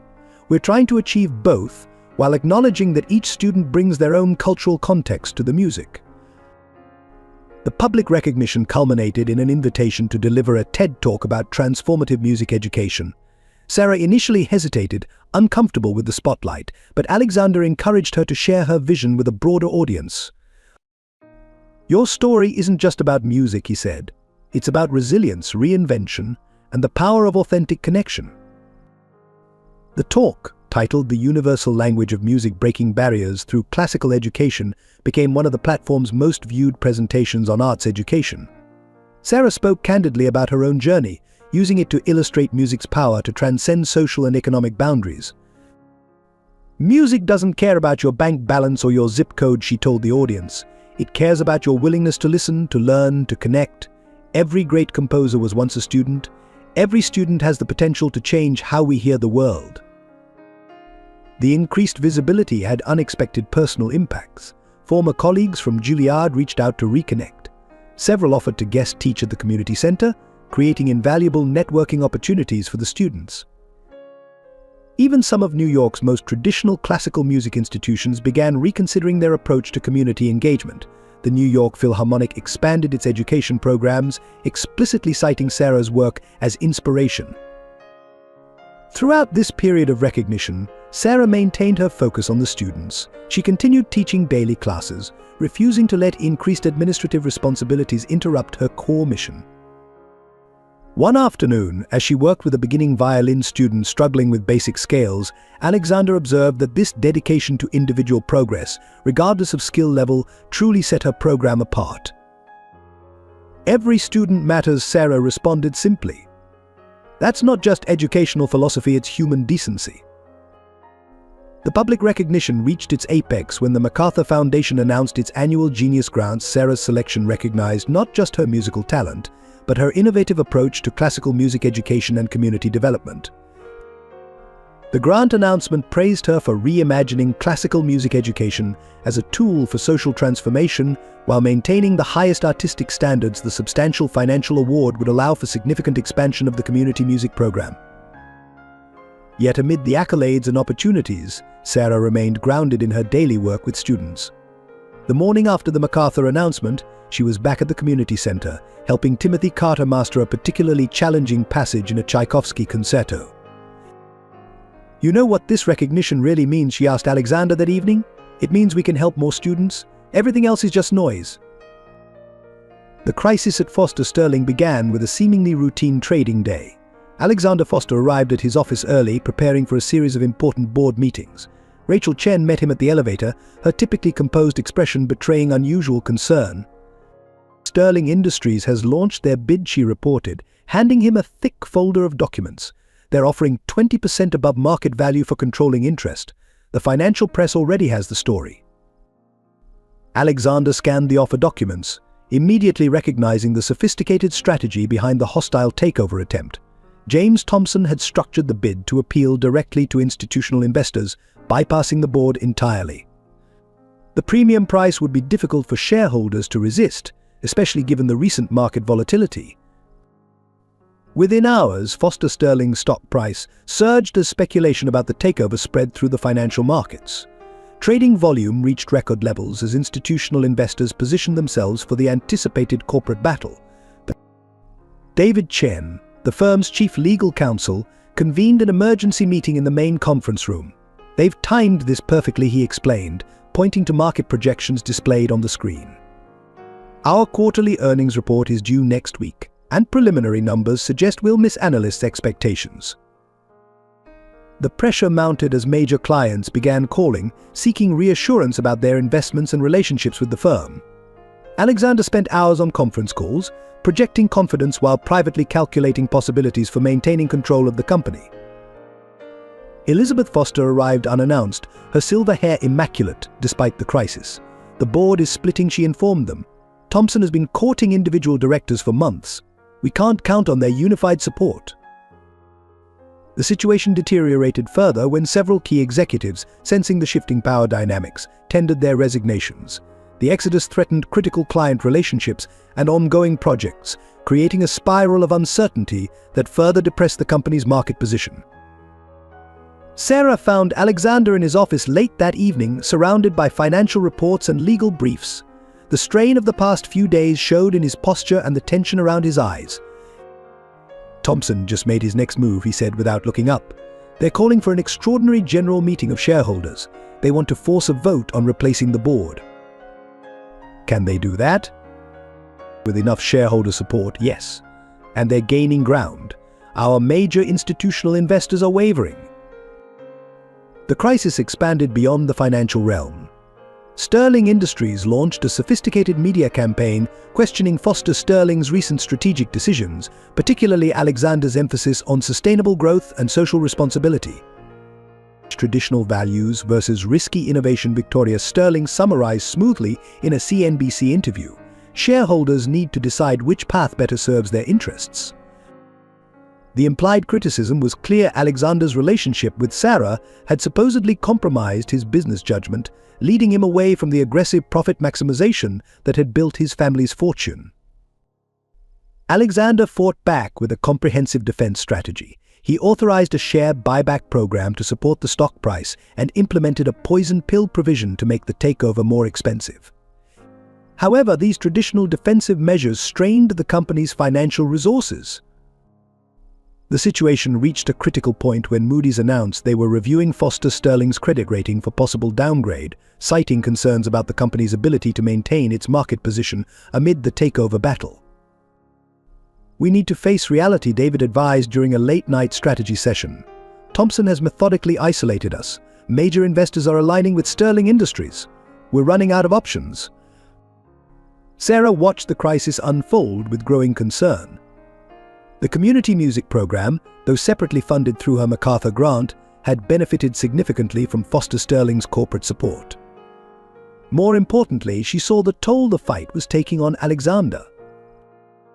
"What's your worst-case scenario?" she asked him one evening as they sat in the penthouse music room.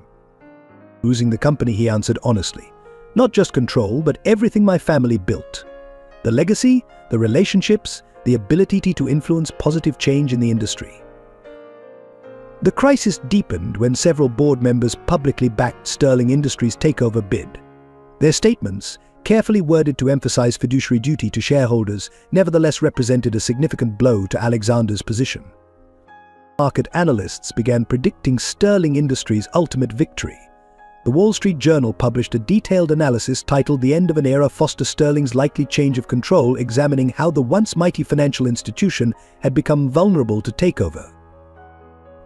Alexander maintained his composure publicly, but Sarah noticed small changes: the way his hands tensed when reading financial reports, how he spent longer hours at the piano trying to find peace in the simple duets they played together. The turning point came unexpectedly. During a routine review of takeover documents, Rachel discovered an irregularity in Sterling Industries' financing structure. The hostile bid relied heavily on leveraged financing, with significant exposure to volatile emerging markets. If these positions were to suddenly require additional collateral, David explained, examining the evidence, Sterling Industries could face a liquidity crisis of their own. Alexander spent the next 48 hours working with his team to develop a counter-strategy. They identified specific market triggers that could force Sterling Industries to reveal their financial vulnerabilities. However, implementing this strategy would require using similar aggressive tactics that Thomson had employed against them. The decision weighed heavily on Alexander, who had built his recent reputation on ethical business practices. "If we do this," he told Sarah during a rare quiet moment, "we're no better than they are. We'd be using the same destructive methods we've criticized." Sarah considered this while playing a soft melody on the piano. Sometimes defending something worthwhile requires difficult choices. The question is whether you can make those choices without losing yourself in the process. The crisis approached its climax as the date for the extraordinary general meeting drew near. Sterling Industries intensified their campaign, releasing detailed critiques of Foster Sterling's recent performance and governance. Alexander prepared for the fight of his professional life, knowing that the next few days would determine not just his future, but the future of thousands of employees who depended on the firm. The pressure was immense, the stakes unprecedented in the company's history. The storm that swept through Manhattan that evening seemed to mirror the turbulence in both their lives. Sarah stood at the penthouse windows, watching lightning illuminate the city skyline, her violin forgotten in its case. The approaching shareholder meeting weighed heavily on their minds, but something else had been building between them, something neither had dared to acknowledge. Alexander entered quietly, his suit jacket draped over one arm, his tie loosened after another grueling day of preparations. He paused in the doorway, struck by the sight of her silhouetted against the storm-dark sky. The distance between them felt both vast and insignificant. "The board meeting lasted longer than expected," he said, breaking the silence. "Thomson's allies are pushing for an immediate vote on the takeover offer." Sarah turned from the window, studying his face in the dim light. "How much time do we have?" 48 hours. Maybe less." He moved to the piano, running his fingers lightly over the keys without pressing them. "Everything we've built could be gone by the end of the week." "The company isn't all we've built," Sarah responded softly, her words nearly lost in a rumble of thunder. Alexander looked up, meeting her gaze. The carefully maintained professional distance between them wavered, like sheet music in a strong wind. No, it isn't. A flash of lightning illuminated the room, casting dramatic shadows across their faces. Sarah moved to the piano, standing opposite him, her hands resting on the polished surface. Our arrangement, it's become something else, hasn't it? Yes, the simple admission carried the weight of months of unspoken feelings. When did it change for you, she asked, her voice barely above a whisper. Alexander considered this, remembering countless small moments that had gradually transformed their carefully scripted performance into something authentic. Maybe that first morning you taught me to play heart and soul, or when you helped Timothy master that difficult passage in the Tchaikovsky piece, or every time you made me see beyond profit margins to the human stories in my work. Thunder crashed closer now, and the lights flickered momentarily. Sarah moved around the piano, drawn inexorably closer to him. For me, it was watching you fight to protect not just your company, but the principles you believe in, seeing you risk everything for something real. Their carefully constructed walls began to crumble. The storm outside intensified, but neither noticed, too absorbed in the tension building between them. Sarah Alexander began, his voice rough with emotion, "If we lose everything." "We won't lose everything," she interrupted, taking a step closer. "The company, yes, maybe, but what's grown between us? That's beyond Thompson's reach." The lights flickered again and failed completely, plunging the penthouse into darkness broken only by occasional flashes of lightning. In that moment of darkness, Alexander reached for her hand, finding it unerringly. "I'm not acting anymore," he confessed, his fingers intertwining with hers. "I haven't been for a long time." Sarah's free hand found his face in the darkness, tracing the tension she felt there. "Neither am I." The next flash of lightning caught them in tableau, faces close, breaths mingling, the last barriers between them dissolving. When their lips finally met, it felt both inevitable and surprising, like the resolution of a complex musical piece. The kiss deepened, expressing months of suppressed feelings of growing trust and understanding. Sarah's hands wound into his hair as Alexander pulled her closer, their bodies fitting together as naturally as harmony follows melody. When they finally parted, both slightly breathless, the storm seemed to have moved closer, surrounding the penthouse with sheets of rain and rolling thunder. "What happens now?" Sarah asked, her hands still resting on his chest, feeling his heartbeat through the fine cotton of his shirt. "Now we fight," Alexander replied, his arms still around her waist. "Not just for the company, but for what we've found together. It won't be easy. Victoria and Thompson will use this against us, claim it proves their accusations about our arrangement being a manipulation." "Let them," Alexander said firmly. "What we have is real. It's the most real thing in my life." Sarah stepped back slightly, though their hands remained linked. Moving to the piano, she began playing their duet Heart and Soul, the simple piece that had first brought them together as something more than convenient allies. Alexander joined her on the bench, his part of the duet coming naturally now. They played together in the storm-lit darkness, their music weaving with the thunder into something new and powerful. "Whatever happens with the company," Sarah said as they played, "this is what matters. The truth we've built between us." "Thompson can take the firm," Alexander agreed, his shoulder pressed against hers as they played. "He can't take this." The lights suddenly returned, flooding the room with brightness, but they continued playing, their duet evolving into something more complex, like their relationship itself. When they finally stopped playing, the storm had begun to abate, though rain still streaked the windows. They sat in comfortable silence, processing the shift in their relationship. "We should probably talk about tomorrow," Sarah said eventually, practical concerns reasserting themselves. "Probably," Alexander agreed, but instead of moving away, he pulled her closer, kissing her again with a gentleness that contrasted sharply with the corporate battles awaiting them. The rest of the evening passed in a blur of conversation, kisses and music. They discussed strategy for the shareholder meeting, but their professional planning was now interspersed with intimate moments, shared looks, casual touches, the freedom to express the feelings they'd been guarding. As midnight approached, they stood together at the windows, watching the storm move out over the harbor. Sarah leaned back against Alexander's chest, his arms around her waist, both of them contemplating the battles ahead. No regrets, he asked softly, his chin resting on her shoulder. About us. Never. She turned in his arms to face him. About what it might cost you. That worries me. Some things are worth any cost, he replied, kissing her forehead. I built my career on calculating risks and returns. This isn't a calculation, it's a certainty. The morning of the shareholder meeting dawned cold and clear. Alexander Foster stood in his office at Foster Sterling reviewing final preparations when Rachel Chen burst through the door. Her usual composure shattered.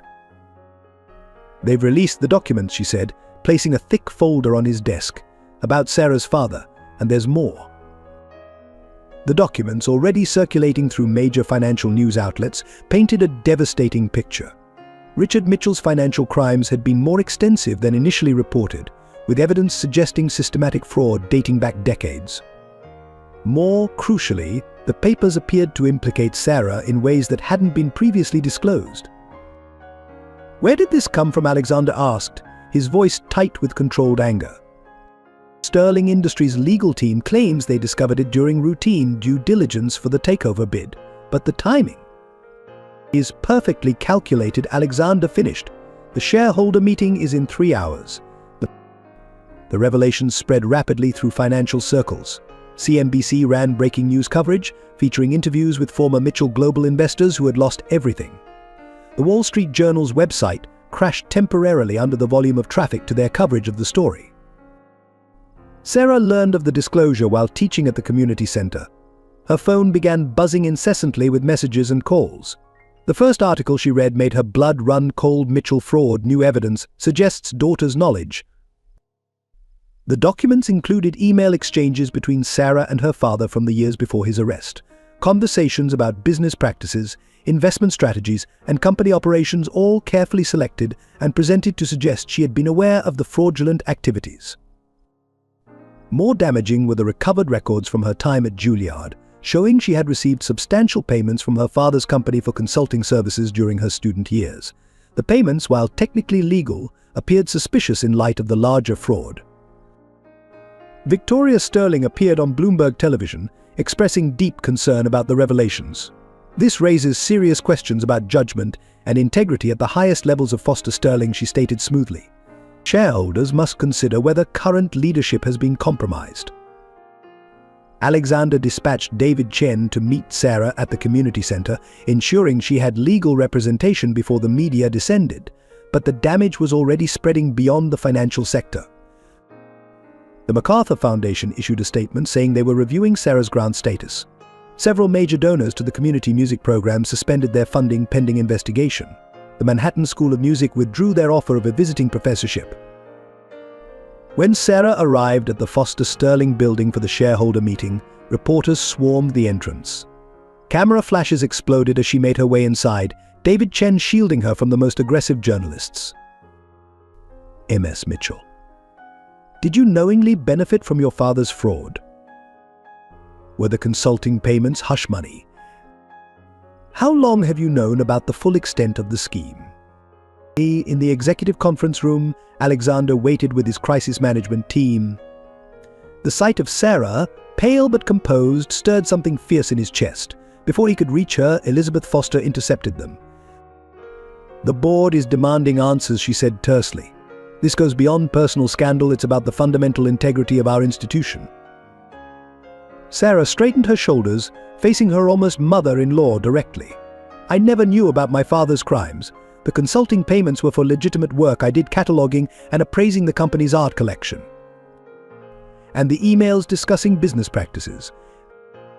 I was a daughter trying to understand her father's work. Nothing more. James Thompson arrived with his legal team, Victoria close behind. The tension in the room crystallized into something almost tangible.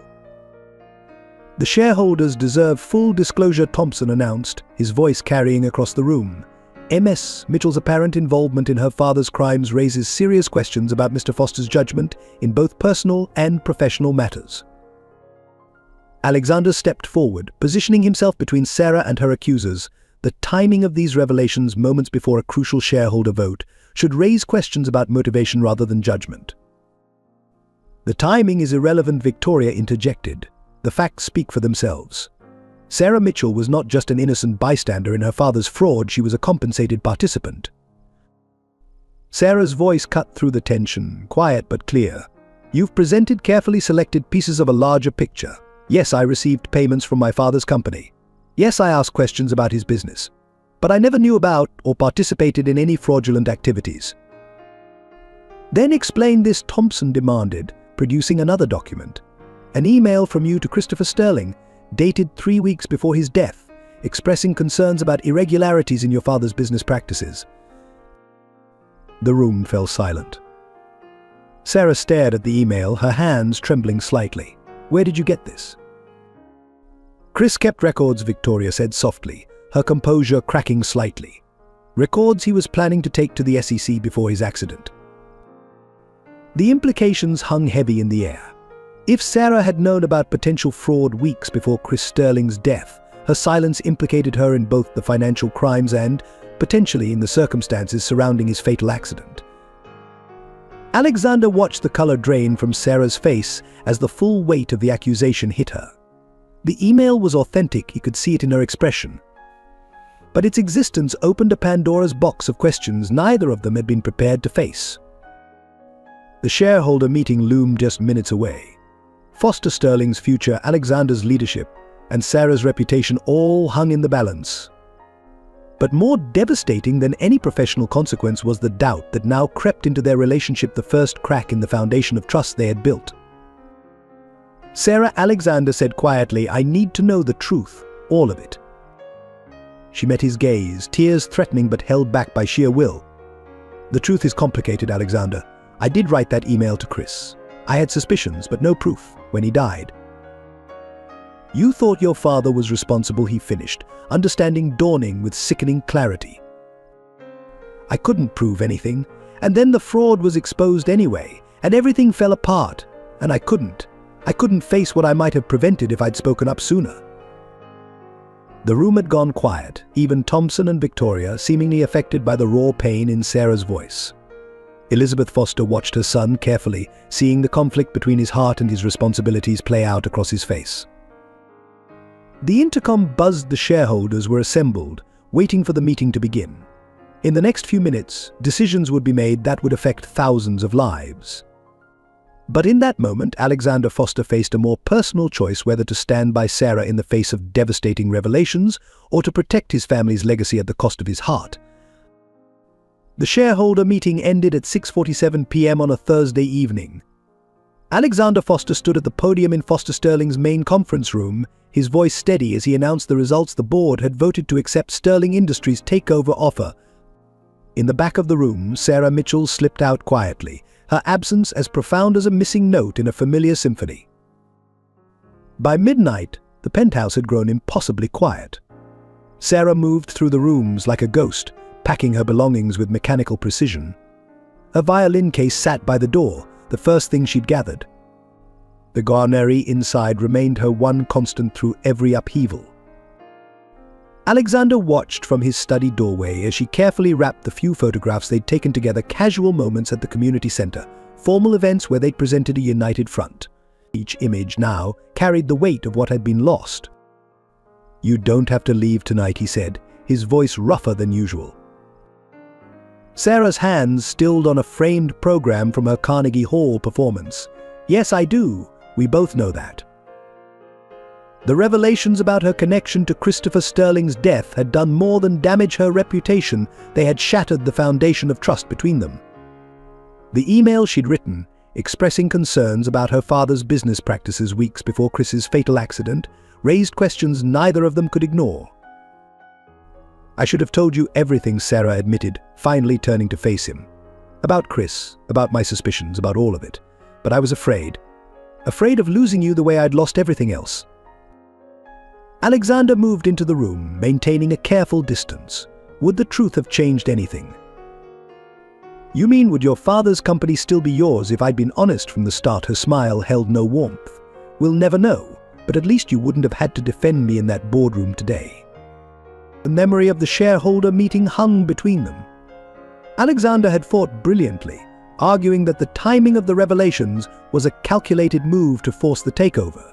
But in the end, The doubt Sarah's past cast on his judgment had swayed too many votes. "The company isn't why you're leaving," he said quietly. No, Sarah's hands twisted together, a pianist's gesture she'd picked up during their months together. "I'm leaving because every time you look at me now, you'll wonder if I knew more than I'm saying. About my father, about Chris, about everything." "Sarah,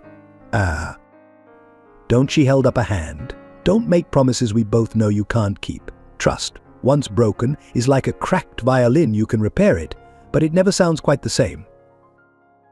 Outside, the city continued its nocturnal rhythm, unaware of the private drama unfolding in the penthouse above. Sarah moved to the piano, running her fingers lightly over the keys without pressing them. This room, where they'd shared so many genuine moments, now felt like a stage after the performance, empty of everything but echoes. "What will you do?" Alexander asked, his corporate mask slipping to reveal genuine concern. "Start over." Again, she attempted a light tone that didn't reach her eyes. "I'm getting rather good at it, don't you think?" The community center had already suspended her program pending investigation. The MacArthur Foundation's lawyers were reviewing her grant status. The carefully reconstructed life she'd built was unraveling as quickly as her father's empire had years ago. "Let me help," Alexander offered, "at least financially." No, her response was immediate and firm. "I won't take anything else from the Foster family. I've cost you enough." He wanted to argue, to point out that their relationship had been real despite its arranged beginnings, that the months they'd shared had changed them both for the better. But the weight of the day's revelations made such arguments feel hollow. Sarah gathered her coat, the designer label another reminder of the life she was leaving behind. "Your mother was right about one thing. I should never have let this go so far. We were supposed to be playing parts, not falling in love." The admission of love, coming just as it ended, struck Alexander like a physical blow. He moved toward her instinctively, but she stepped back, maintaining the growing distance between them. "Don't make this harder," she whispered. "Please." A car waited downstairs, Rachel's final act of kindness, arranging discreet transportation to a hotel where Sarah could stay temporarily. The elevator arrived with a soft chime that seemed to echo in the tense atmosphere. Sarah picked up her violin case and the small bag containing essential belongings. The rest could be dealt with later, when the raw edges of separation had dulled somewhat. "Goodbye, Alexander," she said softly. "Thank you for showing me what might have been possible in a different world." He watched her enter the elevator, every fiber of his being screaming to stop her, to find a way forward together. But the questions raised by today's revelations created a barrier as solid as the closing elevator doors. In the sudden silence of the penthouse, Alexander moved to the piano. His fingers found the keys of their duet heart and soul, but playing alone, the melody seemed incomplete, waiting for an accompaniment that would never come. Sarah's cab wound through Manhattan's streets, passing landmarks that had become significant during their time together: the Opera House where she'd reclaimed her musical identity, the community center where they'd built something meaningful, the park where they'd walked and talked and gradually fallen in love. The hotel room felt sterile and impersonal after the warmth of the penthouse. Sarah placed her violin case carefully on a chair, then stood at the window, watching the city lights blur through unshed tears. The weeks following the separation brought profound changes for both Sarah Mitchell and Alexander Foster. The transition of Foster Sterling to Sterling Industries control proceeded with mechanical efficiency, while personal lives unraveled in quieter, more devastating ways. Alexander found himself relocated to a temporary office on a lower floor, overseeing the transfer of key accounts to the new management team. The corner office that had been his domain now belonged to James Thompson, its views of Manhattan serving as a daily reminder of all he had lost. The corporate restructuring moved swiftly. Sterling Industries implemented immediate changes, dismantling many of Alexander's sustainability initiatives and community investment programs. Long-term employees, particularly those loyal to the Foster family, received polite but firm severance packages. In these first difficult weeks, Alexander worked extensively with David Chen to ensure their employees received fair treatment during the transition. The process consumed his days, but the nights proved more challenging. The penthouse, once filled with music and warmth, now echoed with absence. Meanwhile, Sarah faced her own dissent. The MacArthur Foundation officially suspended her grant, citing concerns about ethical conduct. The Community Music Program's board of directors, under pressure from donors, requested her resignation. Her students and their parents received notice that the program would be restructured under new leadership. The media coverage proved relentless. Financial journalists delved deeper into the Mitchell scandal, uncovering more connections between Sarah's past and Christopher Sterling's death. Each new revelation seemed carefully timed to maximize damage to both her reputation and Alexander's. Sarah relocated to a modest apartment in Brooklyn, far from Manhattan's financial district. Her savings, carefully managed during her time with Alexander, provided temporary security. But the musical world that had welcomed her return now closed its doors. Conservatories withdrew teaching offers. Performance venues cancelled appearances. Her carefully rebuilt career crumbled as thoroughly as her father's had years before. One rainy morning, Timothy Carter and his mother appeared at her apartment. The young violinist clutched his instrument case, his expression determined despite his mother's obvious discomfort. "The new teachers don't understand," Timothy explained. "They just want us to play the notes exactly like they're written. You taught us to find our own music." Sarah had to turn him away, explaining that she could no longer teach. Watching them leave, she realized that she had lost not just a career, but a calling. That evening, she placed her Guarneri in its case and didn't open it for 3 weeks. Alexander's professional isolation proved equally complete. Former colleagues avoided eye contact in elevators. Board members who had once sought his counsel now directed their questions to Thompson. Victoria Sterling took particular pleasure in renovating his former office, erasing every trace of the Foster legacy. Elizabeth Foster retreated to the family's Southampton estate, her social calendar suddenly empty of the charity events and gallery openings that had defined her life. The Foster name, once synonymous with financial integrity and social responsibility, now carried the taint of poor judgment and compromised values. Rachel Chen provided the only bridge between them, though she never directly conveyed messages.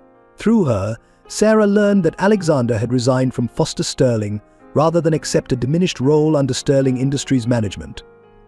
Through similar channels, Alexander heard that Sarah had started playing in small cafes under a different name, trying to rebuild from the ground up once again. The winter deepened, bringing holidays that emphasized their isolation. Sarah spent Christmas Eve in her apartment, finally opening her violin case. The instrument felt foreign in her hands, like a language half forgotten. She played scales until midnight, each note carrying the weight of everything she had lost. Alexander marked the holiday at his grandmother's piano in Southampton, playing their duet alone. Elizabeth found him there, his tie loosened, a glass of scotch untouched beside him. "You could still salvage something," she suggested carefully. "Victoria has indicated that Sterling Industries would welcome your expertise in an advisory capacity." The cost of endorsing what they've done, Alexander's fingers stilled on the keys. "No, some prices are too high." The new year arrived with Arctic winds that swept through Manhattan's canyons. Sarah took a job teaching basic music appreciation at a public middle school in Queens, using a borrowed piano and avoiding any mention of her past achievements. Her students, unaware of her history, responded to her genuine love of music, though she never played her violin for them. Alexander, meanwhile, retreated into intensive research, working with David Chen to understand exactly how Sterling Industries had orchestrated their takeover. The investigation consumed him, providing purpose in the absence of everything else he had lost. Their separate paths might have continued diverging indefinitely if not for an unexpected development.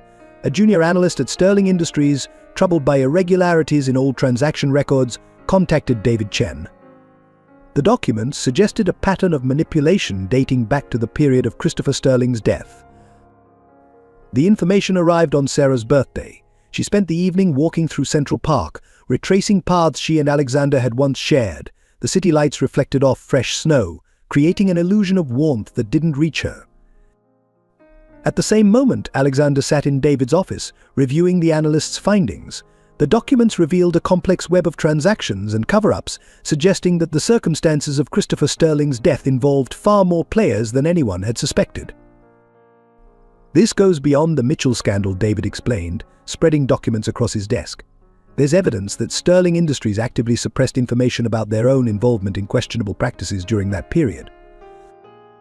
The revelation should have provided vindication, but Alexander felt only a deep weariness. Can it be verified? The analyst is willing to testify. She has copies of all supporting documentation.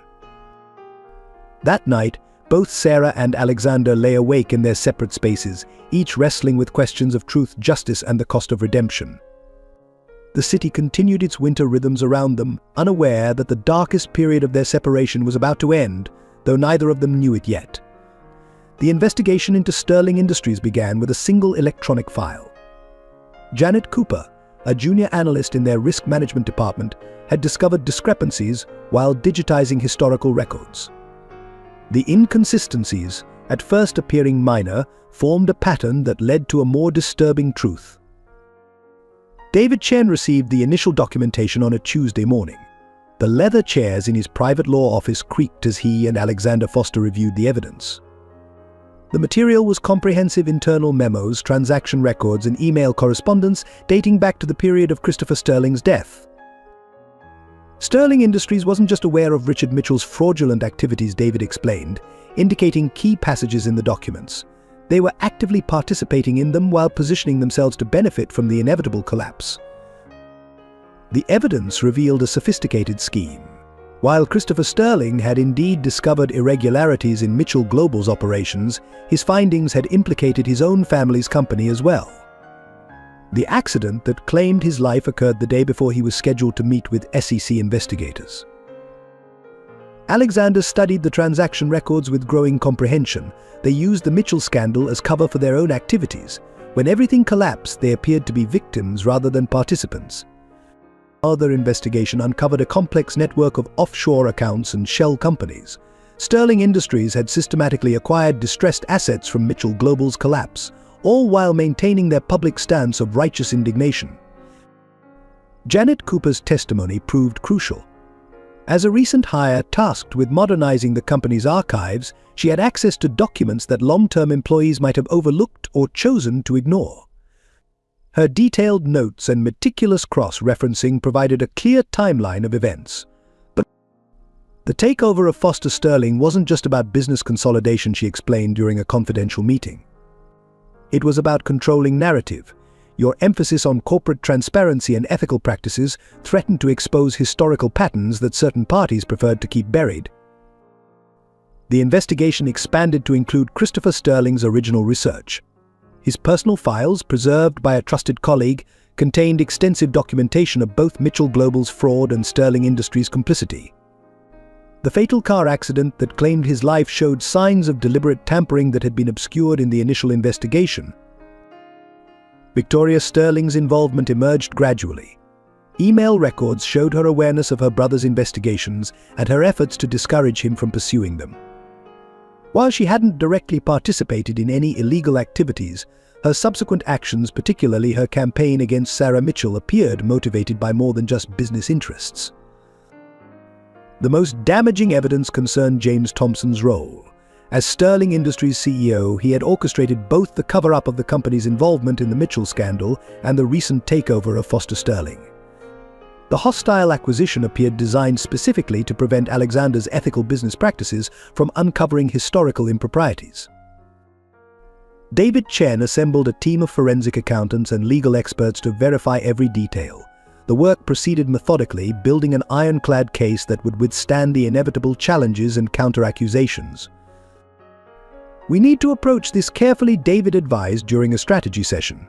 "Sterling Industries has significant resources and political connections. More importantly, we need to ensure Sarah's complete exoneration before this becomes public." The investigation revealed Sarah's email to Christopher Sterling in a new context. Her expressed concerns about irregularities had been accurate, but incomplete. She had noticed discrepancies without understanding their full implications or Sterling Industries' involvement. Alexander insisted on maintaining distance from Sarah during the investigation, though he desperately wanted to share their findings. "She needs to be completely insulated from this process," he explained to David. "Her testimony has to remain untainted by any new information we've uncovered." The breakthrough came from an unexpected source.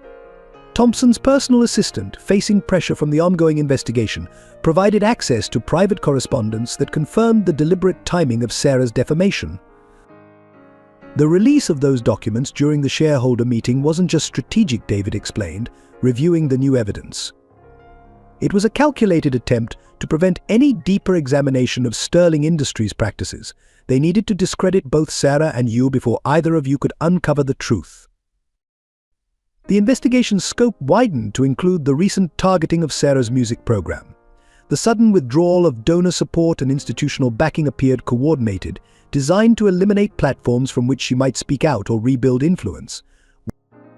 Janet Cooper's continued access to Sterling Industries' internal systems proved invaluable. She documented ongoing efforts to suppress information and influence media coverage. Her position in risk management allowed her to track both historical patterns and current attempts at manipulation. Alexander worked tirelessly, reviewing each new piece of evidence with methodical precision.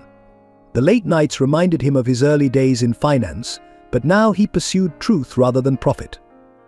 The piano in his temporary apartment remained untouched, a symbol of everything he'd lost and hoped to reclaim.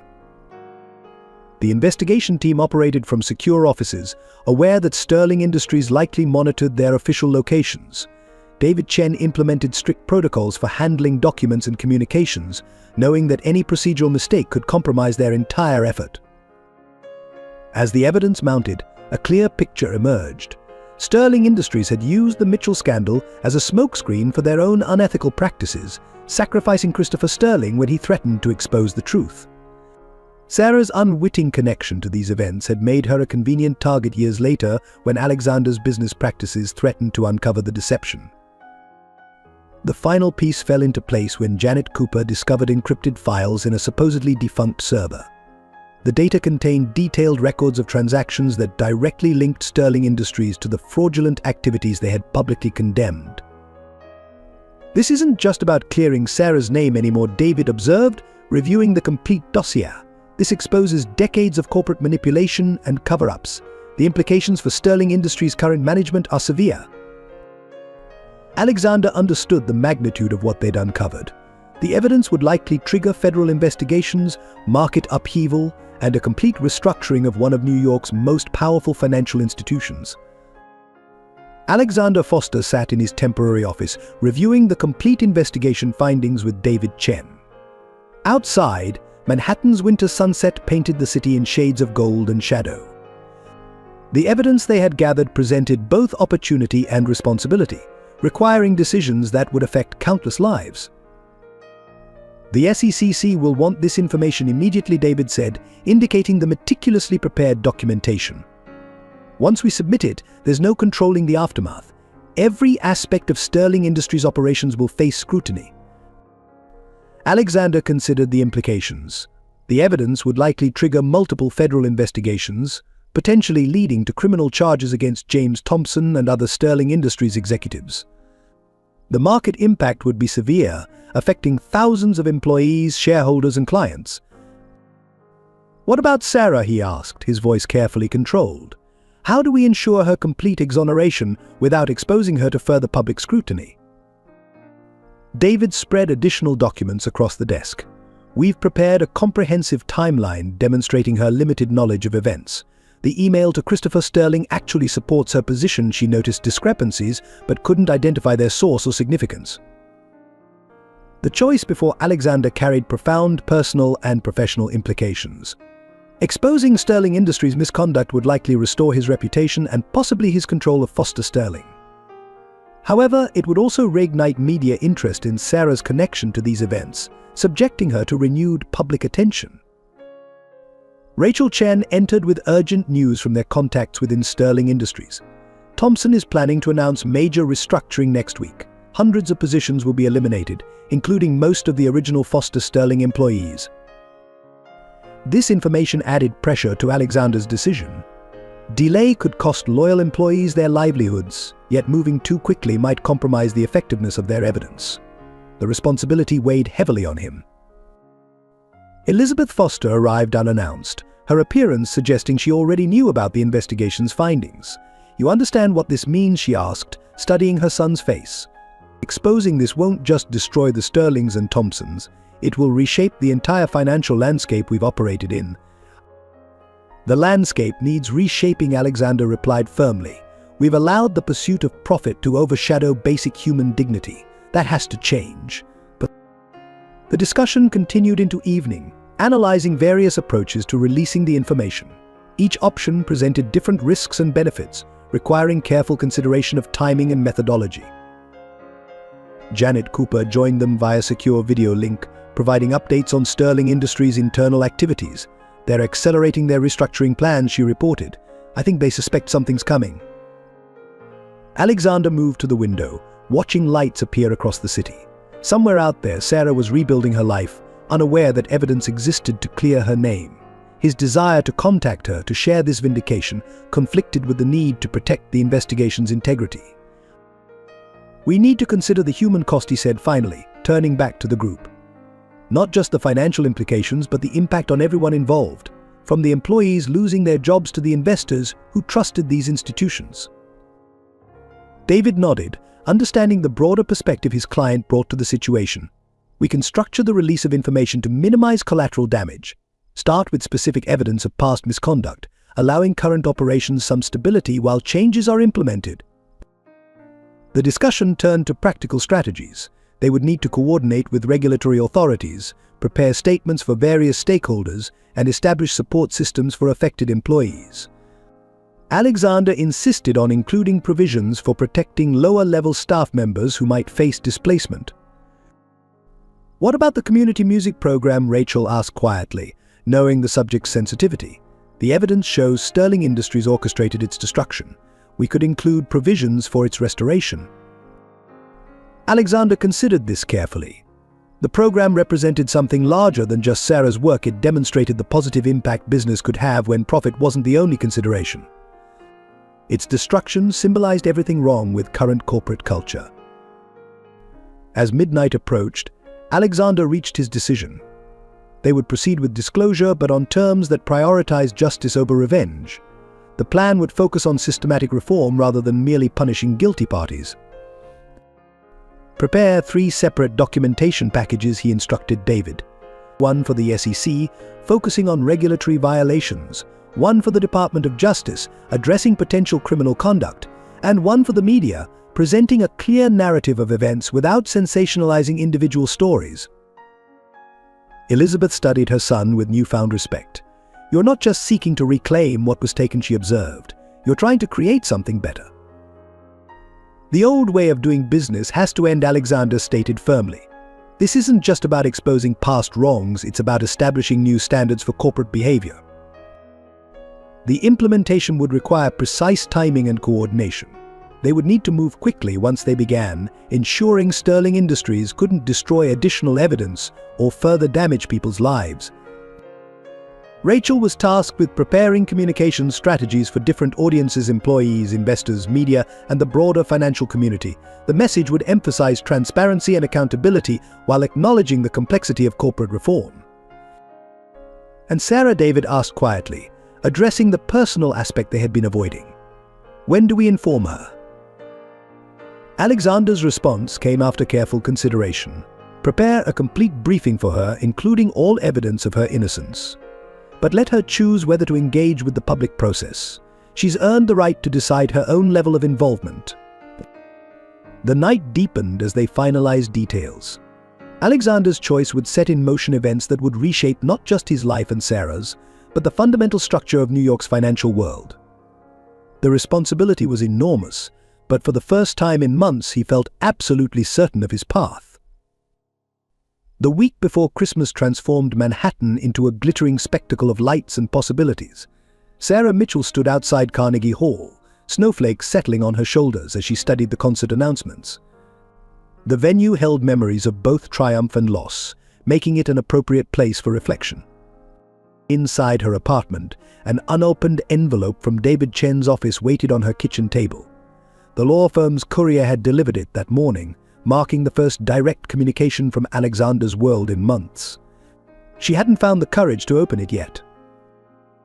Alexander Foster spent that same morning finalizing preparations for the public disclosure of Sterling Industries' misconduct. The timing had been carefully chosen after market hours on the last trading day before the holiday break, allowing time for systematic processing of the information. Rachel Chen coordinated the complex logistics of their plan. Press releases were prepared, regulatory filings completed, and support systems established for affected employees. Each detail had been meticulously arranged to ensure maximum impact with minimal collateral damage. But the first media reports will break at 6 tomorrow evening, Rachel confirmed, reviewing their timeline. All major financial news outlets have received advance briefings under embargo. The SEC and Justice Department will announce their investigations simultaneously. Alexander nodded, his attention drawn to the snow falling outside his office window, and the package for Sarah, delivered this morning. The complete briefing, including all evidence of her innocence and Sterling Industries' manipulation of events surrounding Christopher's death. The investigation had revealed a truth more complex than anyone had imagined. Christopher Sterling had discovered not just his family company's complicity in financial fraud, but a systematic pattern of corporate manipulation spanning decades. His death, initially ruled an accident, appeared increasingly orchestrated. Sarah finally opened the envelope that evening, spreading its contents across her small dining table. The documents told a story of corruption, cover-ups, and calculated destruction of lives. More importantly, they completely exonerated her from any knowing involvement in her father's crimes. The evidence regarding Christopher Sterling's death struck her particularly hard. The young man who had tried to warn her, who had paid the ultimate price for seeking truth, had been silenced by his own family's corporation. Her email to him, which had been used to discredit her, now served as proof of their shared concern about corporate misconduct. As she processed this information, her phone buzzed with a text from Maria Gonzalez at the community center. The children are preparing a Christmas concert. They miss your guidance. Perhaps it's time to come home. The timing wasn't coincidental. Sarah recognized Alexander's subtle orchestration. He was creating opportunities without forcing choices, allowing her to reclaim her life on her own terms. Meanwhile, Victoria Sterling received very different news. A confidential briefing outlined the evidence against Sterling Industries, including her role in suppressing information about her brother's death. The document offered one chance at redemption: public acknowledgement of the truth before the official announcements. Victoria found Alexander in his temporary office, her usual poise fractured by the weight of revelation. "You've known for weeks," she stated, not really a question. "Yes. Why warn me now?" Alexander met her gaze steadily. "Because despite everything, you loved your brother. His death wasn't just a corporate inconvenience to you. That truth deserves recognition." The conversation that followed was painful but necessary, touching on years of buried guilt and misdirected blame. Victoria's campaign against Sarah had been driven partly by her own unresolved grief over Christopher's death. As Christmas Eve approached, New York's financial district buzzed with anticipation of major news. Rumors circulated about Sterling Industries, though the exact nature of the coming revelations remained confidential. Sarah spent these days reviewing her options. The evidence clearing her name would become public knowledge soon, opening doors that had been closed. However, vindication didn't automatically heal the wounds of the past year. Alexander focused on final preparations, ensuring every aspect of the disclosure would promote systematic change rather than just punishment. He had not contacted Sarah directly, respecting her need to process information and make independent decisions. The Community Music Center's Christmas concert was scheduled for Christmas Eve. Sarah received a formal invitation, along with a note mentioning that the Steinway piano had been recently tuned. Another gentle suggestion, another choice offered without pressure. But Rachel oversaw the distribution of secure briefing materials to key journalists. The story would break in layers: first the historical fraud, then the corporate cover-up, finally the recent manipulation of Foster Sterling's takeover. Each phase was designed to allow proper understanding of the complex narrative. Victoria made her decision on December 23rd, requesting a meeting with federal investigators. Her testimony, while not necessary for the case, would add personal context to the corporate misconduct. More importantly, it would finally honor her brother's sacrifice. Christmas Eve dawned clear and cold, the city wrapped in fresh snow that muffled its usual cacophony. Alexander spent the morning in final meetings with regulatory officials, ensuring all procedures followed proper protocols. Sarah stood at her apartment window, watching children play in the snow below. The violin case that had been closed for so long sat open on her bed, the instrument waiting patiently for her return to music. The day's schedule was carefully planned. The official announcements would begin at 6 p.m. By 6:30, every major news outlet would be covering the story. Sterling Industries' decades of misconduct would become public knowledge, along with the truth about Christopher Sterling's death and Sarah's wrongful implication in events. What happened between now and then remained unscripted. The community center's concert would begin at 4, allowing families to celebrate together before the evening news cycle began. The program included classical pieces that Sarah had taught her students, though they now performed under different instruction. Alexander had arranged everything but presumed nothing. The path to reconciliation existed, but each step had to be chosen freely, each moment of reconnection earned through truth rather than orchestration. The Madison Avenue Community Music Center had been transformed for the Christmas Eve concert. Evergreen garlands adorned the walls, and carefully positioned spotlights softened the room's imperfections. At 3:30, parents and community members began filling the seats, their winter coats dusted with fresh snow. Timothy Carter stood backstage, adjusting his bow tie while practicing fingering patterns in the air. The other young musicians similarly prepared, their nervousness evident in whispered conversations and last-minute sheet music reviews. Despite months of preparation, something felt incomplete about their performance. At 3:45, Sarah Mitchell entered through the back door, her Guarneri violin case in hand. The student musicians fell silent, recognition dawning in their eyes. She moved quietly through their midst, offering small adjustments to posture and grip, speaking softly to each student as if she had never left. Maria Gonzalez approached with tears in her eyes. "The children insisted on keeping your arrangements in the program," she explained. "They said no other versions captured the true spirit of the music." The concert was scheduled to begin at 4. At 3:50, Alexander Foster arrived, taking an unobtrusive seat near the back of the hall. Rachel Chen accompanied him, carrying a briefcase containing the press releases that would reshape New York's financial world in just a few hours. The program opened with a student ensemble performing Bach's Air on the G string, the piece Sarah had used to convey her initial acceptance of Alexander's proposal so many months ago. The young musicians played with technical proficiency but seemed to be searching for something more. Sarah watched from the wings, her fingers moving unconsciously with the music. Timothy Carter, leading the violin section, glanced repeatedly in her direction between phrases. The invitation was clear, though unspoken. When the piece ended, a moment of silence filled the hall. Then Sarah stepped onto the stage, violin in hand. The audience's murmur of recognition faded as she raised her instrument. Music, she began, addressing both the audience and her former students, is not just about playing the right notes. It's about finding truth in the spaces between those notes. Tonight, I'd like to share that truth with you again.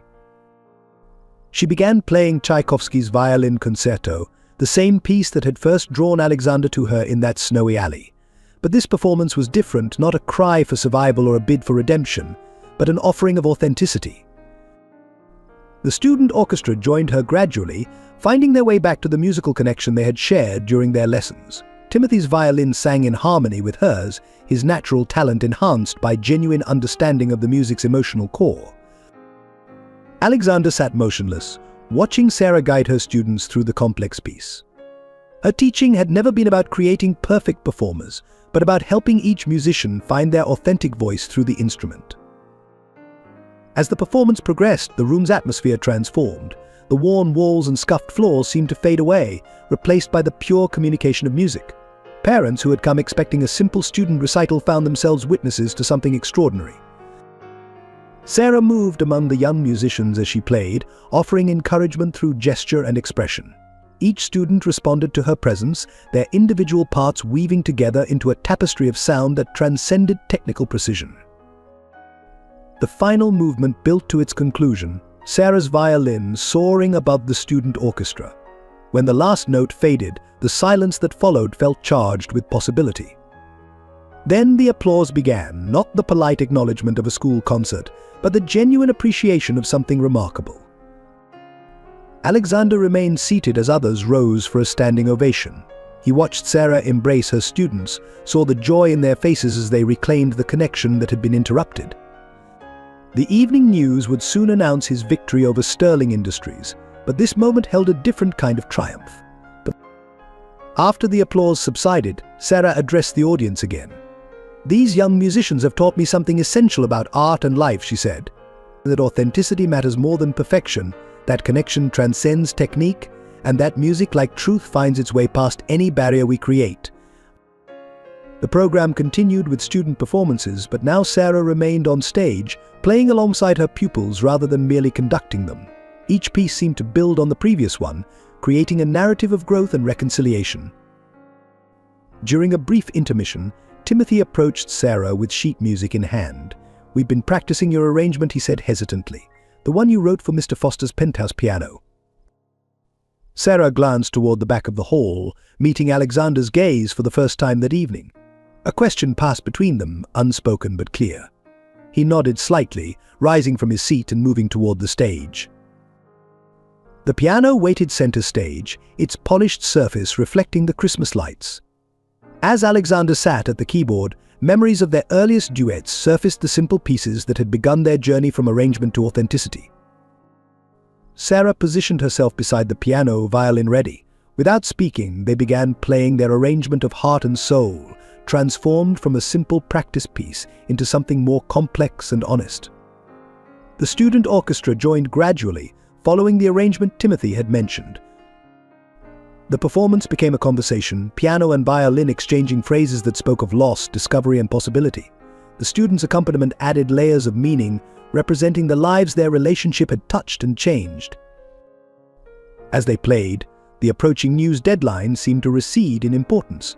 The corporate drama that had consumed them would soon become public knowledge, but this moment existed outside that narrative. Here, in the music they created together, they found something more valuable than vindication. The breaking news hit the financial world precisely at 6 o'clock on Christmas Eve. Major networks interrupted their holiday programming to announce the shocking revelations about Sterling Industries. The carefully prepared press releases, distributed simultaneously to all major media outlets, detailed decades of corporate misconduct and manipulation.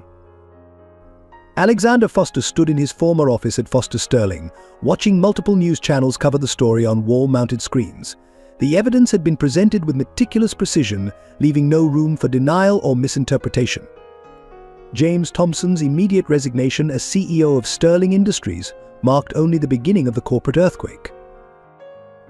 Victoria Sterling's public statement, released through her attorneys, provided crucial personal context to the revelations. Her testimony about her brother Christopher's death and the subsequent cover-up transformed the story from mere corporate malfeasance into a profound human tragedy.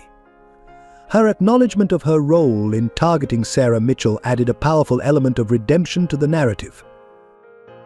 The Justice Department announced formal investigations into multiple Sterling Industries executives.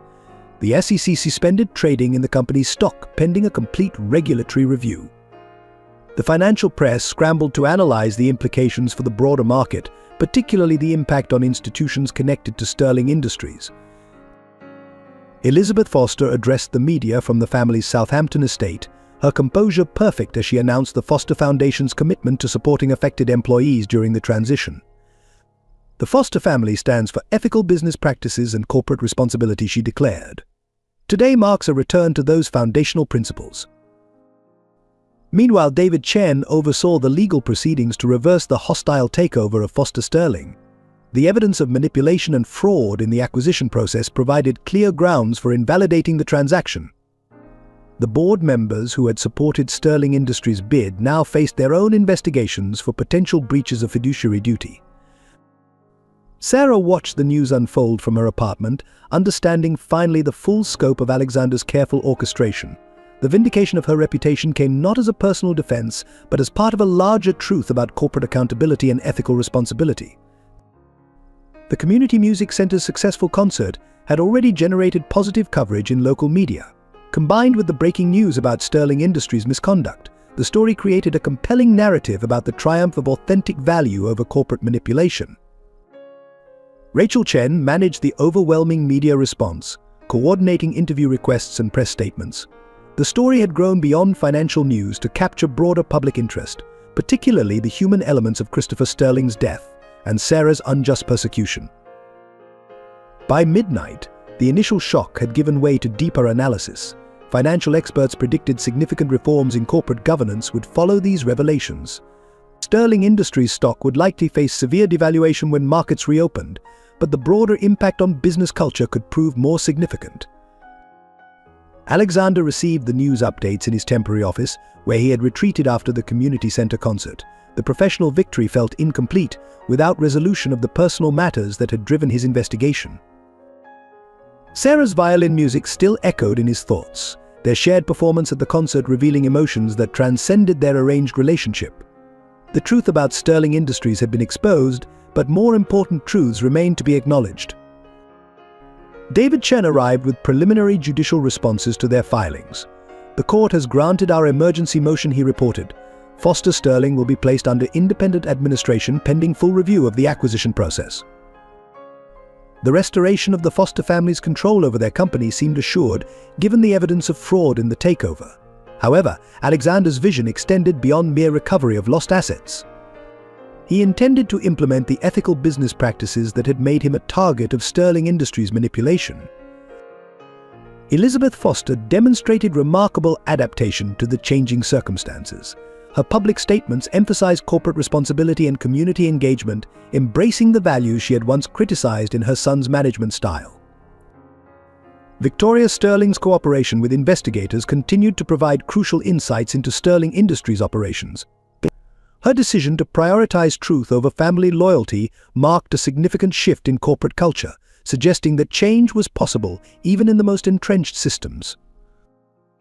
The community music program received immediate reinstatement of its funding, with additional support from previously hesitant donors.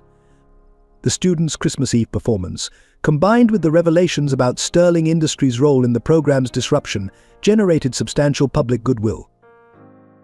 Maria Gonzalez found herself fielding calls from other community centers interested in implementing similar music education programs. The model Sarah had developed, combining classical training with accessibility and authentic expression, attracted attention from educational institutions nationwide. As dawn approached on Christmas Day, the full impact of the revelations continued to unfold. Financial markets remained closed for the holiday, but analysts worked through the night, preparing assessments of the likely economic impact when trading resumed. Alexander's phone buzzed with a message from Rachel Sarah's standing outside your office. He found her in the hallway, still holding her violin case from the concert. The morning light through the windows cast long shadows across the corporate corridor, a reminder of how far they had both traveled from their first meeting in a snowy alley. "I received your complete briefing," she said quietly. "About Christopher, about Sterling Industries, about everything. You deserve to know the whole truth." "Did you do all this for me?" The question carried weight beyond its simple words. "I did it for justice," Alexander replied carefully. "But yes, clearing your name was a primary motivation.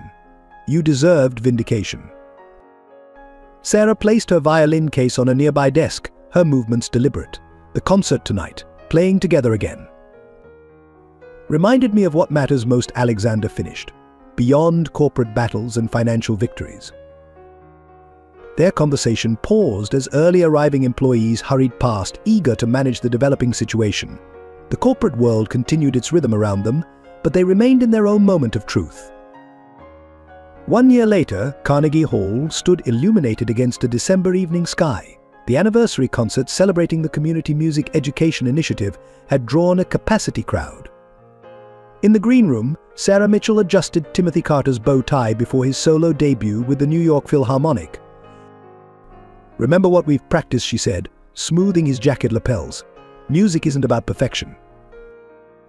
It's about truth," Timothy finished, grinning. "You've only told me about 1,000 times, Ms. Mitchell."